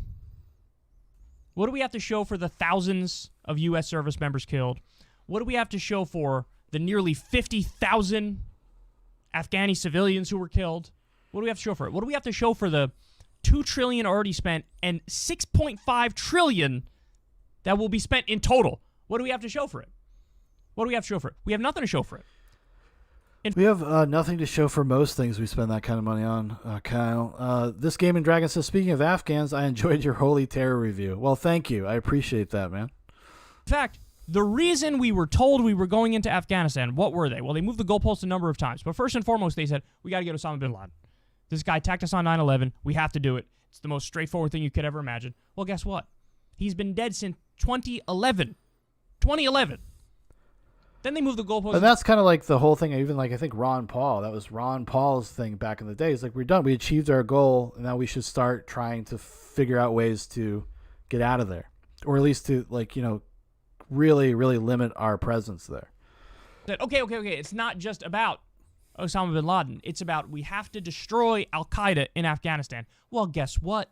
According to our own intelligence, there's less than 100 Al-Qaeda in Afghanistan, and that's all the way back as of 2009. 2009. Well, because, I don't know if Kyle's aware of this, but a lot of Al-Qaeda just became the Taliban. So why are we there? Now, you say, oh, well, maybe the Taliban is going to give refuge to the new boogeyman, ISIS. We reported on this show, because this is what we do. We follow this stuff and talk about it. But the Taliban has been fighting ISIS. When ISIS had their rise to prominence, the Taliban started fighting them. Now, by the way, does that mean, am I saying the Taliban is good? Of course not. But you need to understand the reality on the ground. And you need to understand that, for example, the Taliban is a guerrilla army. That's very different than a jihadist, a global jihadist network, which ultimately wants world domination. The Taliban is a guerrilla army that just has their own national ambitions in their own region of the world. So, of course, they butted heads and they fought. And by the way, the Taliban really did a number on ISIS. They were the better fighting force. So, we have absolutely nothing to show for it. And guess what? Now, as I talk to you guys, you have all of U.S. political media, all of them. Fox News, MSNBC, CNN, everybody you can think of. They're all viciously going after Biden for pulling out and doubling down on that. No, that's not what they're going after him for, Kyle. And I thought this would be his angle, this disingenuous angle. Nobody disagrees with leaving Afghanistan. Very few people. There's kind of a wing, a more of the neocon wing that is not really in any kind of, has no cultural power anymore. Nobody thinks that's not what people had a problem with, dude. It's the way you do something. It fucking matters. Based on what they're saying. You also have every wing of every major party, every wing of the Democrats and every wing of the Republicans, also going after Biden. I haven't heard a single word from any of... Yeah, it's a giant fucking mess, Kyle. He's the president. And when he gave his little speech the other day, he didn't address any salient points. Nothing. In fact, he constantly contradicted himself. Astounding. Astounding punditry. The left flank in Congress. I haven't heard a single word from any of them. Nobody's out there defending what Biden did. Yeah, like imagine, I don't know, why are the progressives so quiet right now? Curious. Almost like they're political operators. And explaining how, listen, what other option did we have? And this is where I'm going to pose this to all you. Now, it seems like the conventional wisdom is, well, why do we do this? The Taliban took over. Why do we do this? Why do we do this? We shouldn't have done this. So what's the implication? The implication is you should stay there forever or... Nope. That's not the implication at all. Again, more of this fucking galaxy brain shit from these guys. That's not the implication. That's not what people are fucking talking about. It's just... you can have all of the series of mistakes and you can disagree with like what we did when we were there. I think most people do. But to leave just people, hundreds of thousands of people, just fucking high and dry, with the only thing they can do is fucking bend the knee to the Taliban, that's pretty shitty. To suggest that like this was the only way... And you see, but Kyle got what he wanted. He got what he wanted, so he doesn't give a fuck. Draw down in a more orderly way that takes longer. Well, can you imagine? Look at this American first progressive. He's like Nick Fuentes. They already extended the timeline. So what would your timeline look like? And here's the main takeaway, guys. When you see how fast Afghanistan folded like a cheap lawn chair, there is no timeline and there is no amount of an orderly withdrawal that would have averted this. So you wouldn't have left, 10,000 American citizens and then all of our allies, the people that helped us there while we were there. Maybe we could have done something to mitigate the suffering with those people. Maybe that could have been an idea that was floated out there. Holy shit. As I told you from early on, it doesn't matter if we withdrew in 2005, in 2008, in 2014, in 2016, in 2021, in 2032, in 2048. No, it would have mattered a lot if we had left earlier. It would have mattered a fuck lot. A fuck ton. It would have mattered. If we had left earlier, these people would not be in the same position. They would not have even become accustomed to a lifestyle that they are now accustomed to. It's like showing somebody the sun and then fucking saying, get back in the cave, bitch. In 2089, it doesn't matter when we pull out. Afghanistan was always going to become Talibanistan. It was very clearly always going to become Talibanistan. And, I think that's obvious when you look at how fast everything imploded. When you look at how fast it went down. Maverick says, or we could have done it properly and not used 40 million people for a virtue signal and given them the 15th largest air force in the world. Exactly, Maverick. Exactly. But he doesn't care. He doesn't care because he's getting his way. This has been his thing that he's been talking about for 10 years. What do you think we could have done to avert this? Again, you could say, if you're being honest, you could say, well, we could stay there forever. Okay, but the American people don't agree with you. The American people don't agree with you. And also, as I said, we were told the goals were get Osama bin Laden, check. Get rid of Al-Qaeda, check. So what the hell is left? What's left? We did not have a huge standing army there either anymore. We had 2,500 troops. Basically, we have the same presence that we have in most other countries in the world. This is like they act like this was, it's like everything is static, like nothing ever changed from 10, 12 years ago. Like they act as if it is the same set of circumstances. The reality is the same. It's so just dunderheaded. I don't even know what the right way to put it is. But they just see it as a win. Like, oh, we won. My talking points were correct. And that's all they care about. Just shallow, not serious people. Well, we know what's left, and we know, unfortunately, what a lot of this was really about. The military-industrial complex is very powerful. They make a lot of money from war. You know who wants this? There was just an article the other day. It just came out yesterday, actually. They said, oh, Biden's missteps in Afghanistan. And it said, presented by Lockheed Martin. Are you kidding? That's the definition of conflict of interest. I think this was in Politico. That's the definition of conflict of interest. Who wants to stay in more than Lockheed Martin and Raytheon and Boeing and Honeywell and every single so-called defense contract? Why does he not think that this is part of that? Like, we're creating a volatile situation where we might actually end up back in a war because of the way we pulled out. Oh, it's an inevitability that Afghanistan would become Talibanistan. Well, what does that mean? What does that mean for the international community? What does that mean for the United States? Just no fucking nuance. Actor you could think of. This is who was steering our foreign policy. It's true. So they make a lot of money. They make money through no bid contracts. And the reason they're in control is because of bribery. Legalized bribery. So that's one reason we're there. Another reason we're there is natural resources. Opium in Afghanistan. Trillions of dollars of mineral wealth in Afghanistan. And now what? Now where is it going to, Kyle?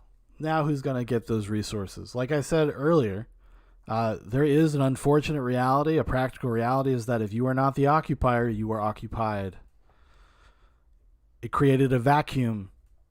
Somebody's going to fill it. I guess you have to really kind of reckon with the concept, the notion that if we're not there, somebody else will be.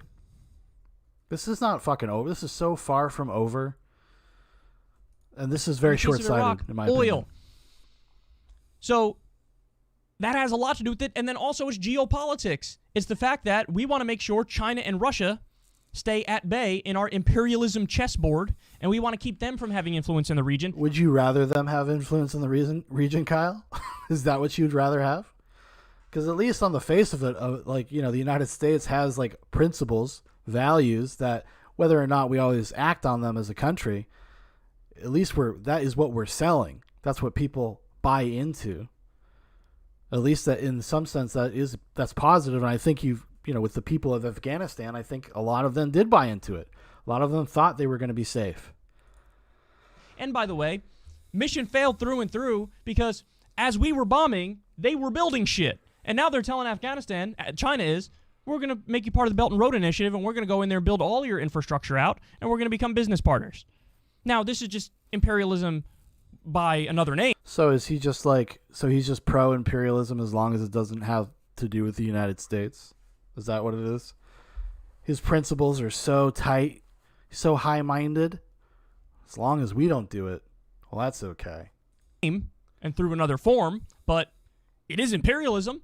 But we looked at it and said, let's bomb our way to world domination and being the world police. They're saying, let's build stuff. Let's build infrastructure. And so now, immediately, they have a lot more control in the region, a region that we consider vital. So in every measurable way, this was a failure.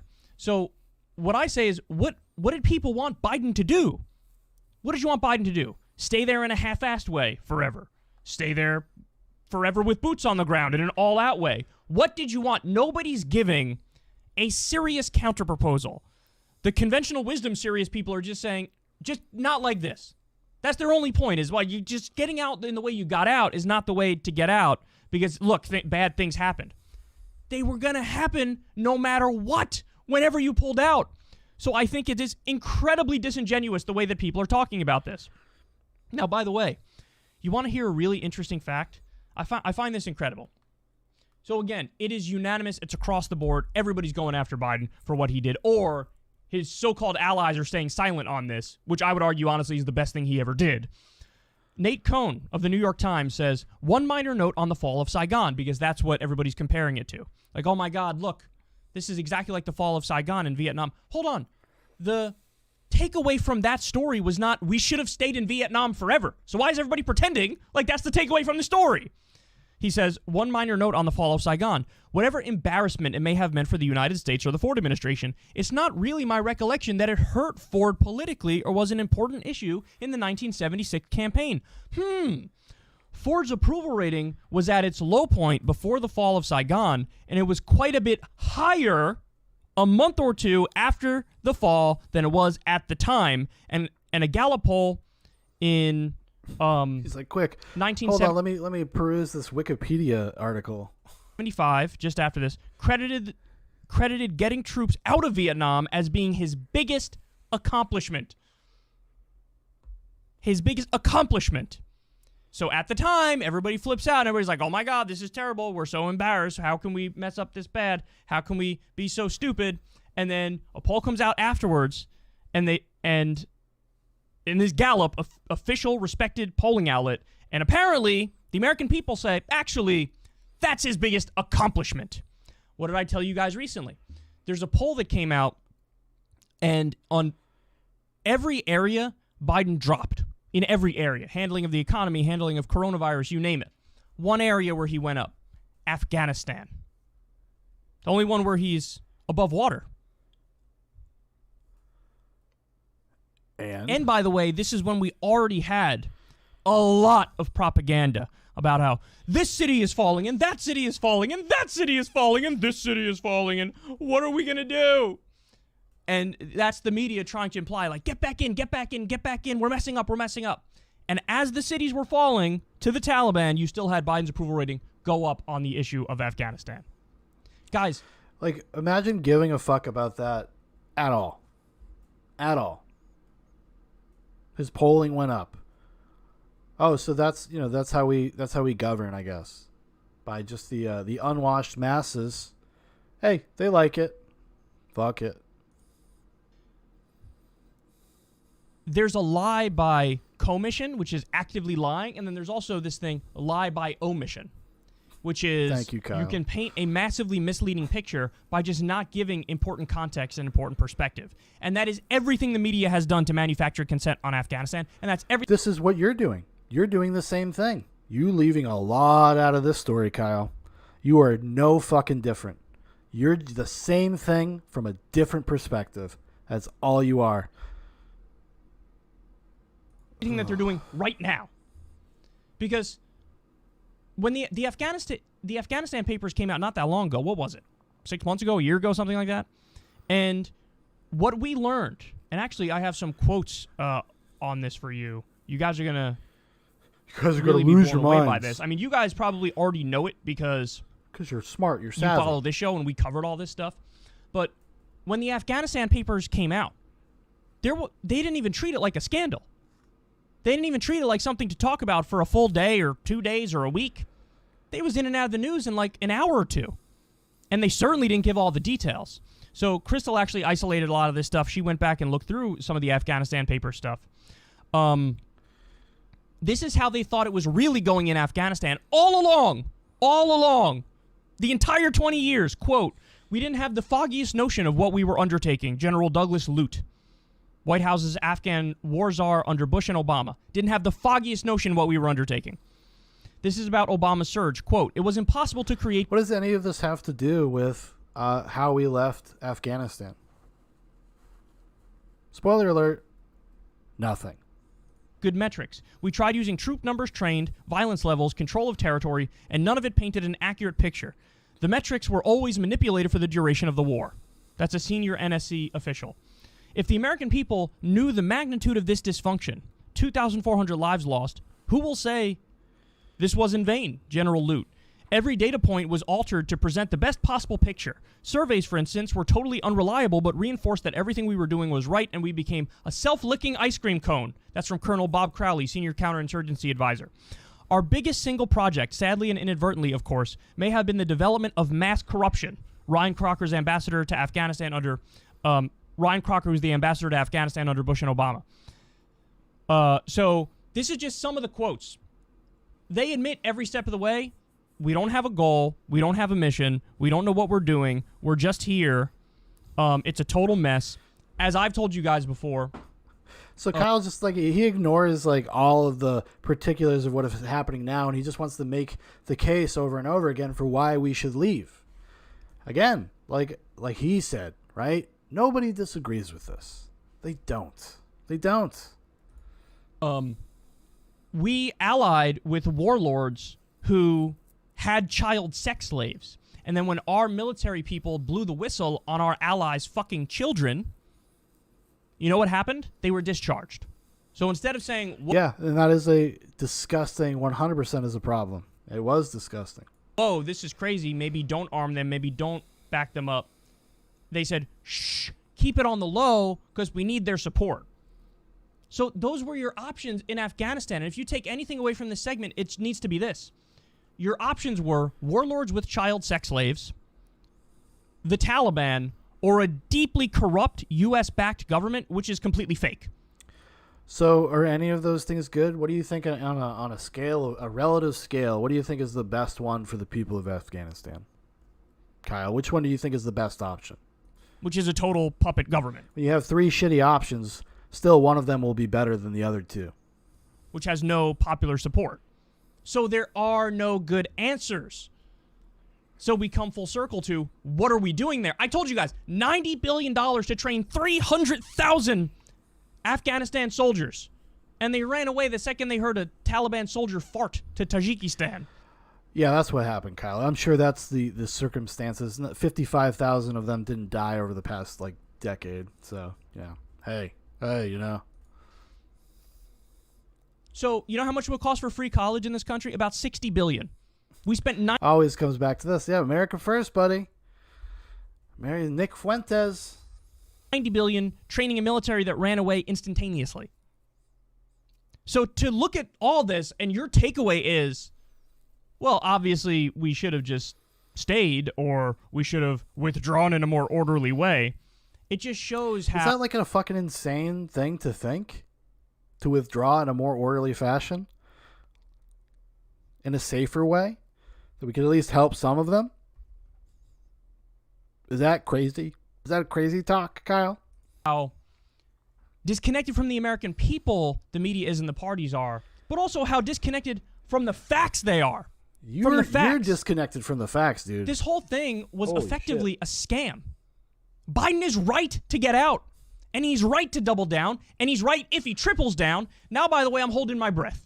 Why am I holding my breath? Because it's been nothing but wall-to-wall criticism of Biden, and so now he's forced to come out and make some sort of statement. Lord only knows what he's going to say. I hope he doesn't say, oh, okay, well, now we're going to go back in because you guys criticized me enough and it's coming from all areas. I really hope... he is the Twitter president, so his administration does react mostly to what journalists on Twitter say. So we'll see. Hope Biden holds the line and stands his ground and doubles down and triples down and quadruples down and goes full curmudgeonly grandpa.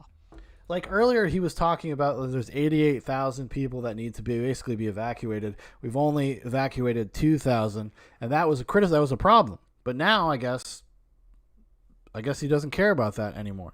Because 20 minutes have gone by. Because we already wasted $2 trillion. In total, it's going to be $6.5 trillion. Imagine what that money could have went towards. Everybody died in vain in this. It is America's Vietnam. By the way, a poll came out in 2013, I believe. Well, isn't Vietnam America's Vietnam? It was. The war in Afghanistan is more unpopular than Vietnam was at the height of its unpopularity, and everybody looks at Vietnam as super unpopular. Oh my God. It's just everything is with these people. It's just, they're static events. History doesn't move. Things don't change. Context doesn't matter. Nothing matters. If I remember correctly, it was under a 20% approval rating for the war in Afghanistan. Oh, and again, this is what the entire media is implying we should get back in or should have never left. And most people are not at all implying that we should get back in. That's not what that's not what what's out there being criticized. At least not that I've seen. Maybe I'm wrong. I am not not a news head these days, but I've watched a lot over the past week. And this is what the two major parties are either flat out saying we should get back in or just not saying anything and not defending the actions of the administration, which should be defended.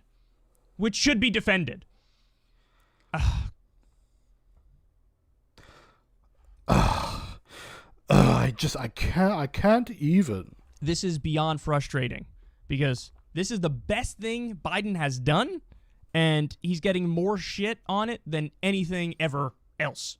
Ever. So it's astonishing to watch this unfold. Listen, what else could he have done? My fear was that he was going to stay there and leave the residual forces and we'd always effectively be there and we'd always be dropping bombs and stuff. No, turns out now he's getting out. Because now the Taliban has taken over. So what are you going to do? You can't keep U.S. contractors and stuff there with the Taliban in control of Kabul and Kandahar and Jalalabad and everywhere else. So what are you going to do? You're going to get out. So best thing he could have done. And don't give me this bullshit, because this is what's going to happen. Everybody's going to pretend it's this mass delusion. Everybody does this kabuki theater where they're like, oh, but the real reason we were there was for human rights and democracy and freedom. No, that's not why we were there. It's not. Nobody says that. I guess maybe some people in the media might say that, but no, dude, when you just leave people high and dry, people have a visceral reaction to it, Kyle. I know this may be shocking to you. And the women. What about the women? What a piece of shit. What a piece of shit. Zero empathy, zero anything. He just wants what he wants. It doesn't matter. Just completely ideologically possessed. No, not practical, not real, not reacting to things as they unfold. He's got a thesis statement, and he's just going to reconfigure and recontextualize everything until it meets what his ideas already are. Our top ally is Saudi Arabia. In Saudi Arabia, women have no rights. In Saudi Arabia, they behead people in the public school. Also a problem, Kyle. Can two things be true at the same time? Square for witchcraft and sorcery and adultery, drug smuggling. If you want to talk about women's rights, why don't you address where we actually have sway first with our allies? Why don't you go try to bring about women's rights among our allies first? Why don't you do that? Well, the assumption, what Kyle was, that they were our allies, the Afghani states, whatever you want to call it. It's not really about women's rights. And it's not really about democracy. We prop up dictators all over the place. Our top allies are dictators or authoritarians or theocrats or a mix, or obviously. So it's not about human rights. It's not about democracy. It's not about freedom. It's not about justice. It's not about women's rights. And if you believe it is, God, I have a bridge to sell you. And you are just so incredibly naive. But watch. The entire commentary in the media will be about how this makes the U.S. look bad. And Imagine being able to express this sentiment and not doing it like a smug piece of shit. Just throw it out there, Kyle. What about democracy and what about the women? And it's just going to be the dumbest conversations you've ever heard in your life. And we're already seeing them. We're already hearing them. We're already seeing them. This is the best thing Biden did, and I hope he stands strong. And listen, I'm curious to see what happens. The propaganda onslaught is overwhelming, and maybe it'll move the poll numbers a little bit. Like maybe Biden's, the view of how Biden's doing on Afghanistan will go down. But I don't know. I think it's possible that generally the same thing that happened with Ford in Vietnam happens with Biden, where it really doesn't hurt him that much. Because I don't know about you guys, but if you talk to anybody who's not poisoned with the DC brain rot, most people tell you, like, what are we fucking doing? Come on, let's just get out. We're done. I don't want to do this anymore. We don't want to waste our money on it anymore. What are we policing an area halfway across the world for? So who knows? But I really hope he stands strong. And I'm gradually morphing into a Biden bro as I see everybody and their mother go after him for the least bad thing he's done. In fact, it's the best thing he's done. This was going to happen. This was going to happen no matter what. So better rip the Band-Aid off quickly. Remember that old trick? You got a Band-Aid on, it's better just rip it off quickly than to... How childish. Like, how fucking stupid. Like, this is so dumb. It's so fucking empty-headed. Perfect freeze frame there. Duck face Kyle. Slowly but surely do it. And it was already 20 years. What do you want? 21, 22, 30, 48? No. It's time to come because it's either stay there forever or leave immediately with everything in chaos. That's the only two options available. home. He brought us home, and it's none of our business. What's going on in that country is none of our business. I feel terrible for all the people there. The only thing I would have changed and the only thing I would have done better is get all of our people out quicker, faster, and you give citizenship to the interpreters and their families who, of course, are going to be brutalized under Taliban rule. Get them out. You think maybe that would have... You could have done it better? How does this work? How does this square with your rip off the Band-Aid quickly analogy? Side of that, it is what it is. And perhaps instead of trying to bomb our way to dominance of the world, you could either not look for dominance of the world, or you could have talked to people and made business deals. And Jeremy says, this guy has embraced his robotic future. Kind of. I agree with you, yeah. Built stuff instead of just bomb stuff. Oh, look. Is he now a member of the Taliban? What is he? He's got like a bro tramp stamp. That's his fucking logo. Oh my goodness. All right, everybody. Well, I gotta bounce. I gotta go. Real life is beckoning to me.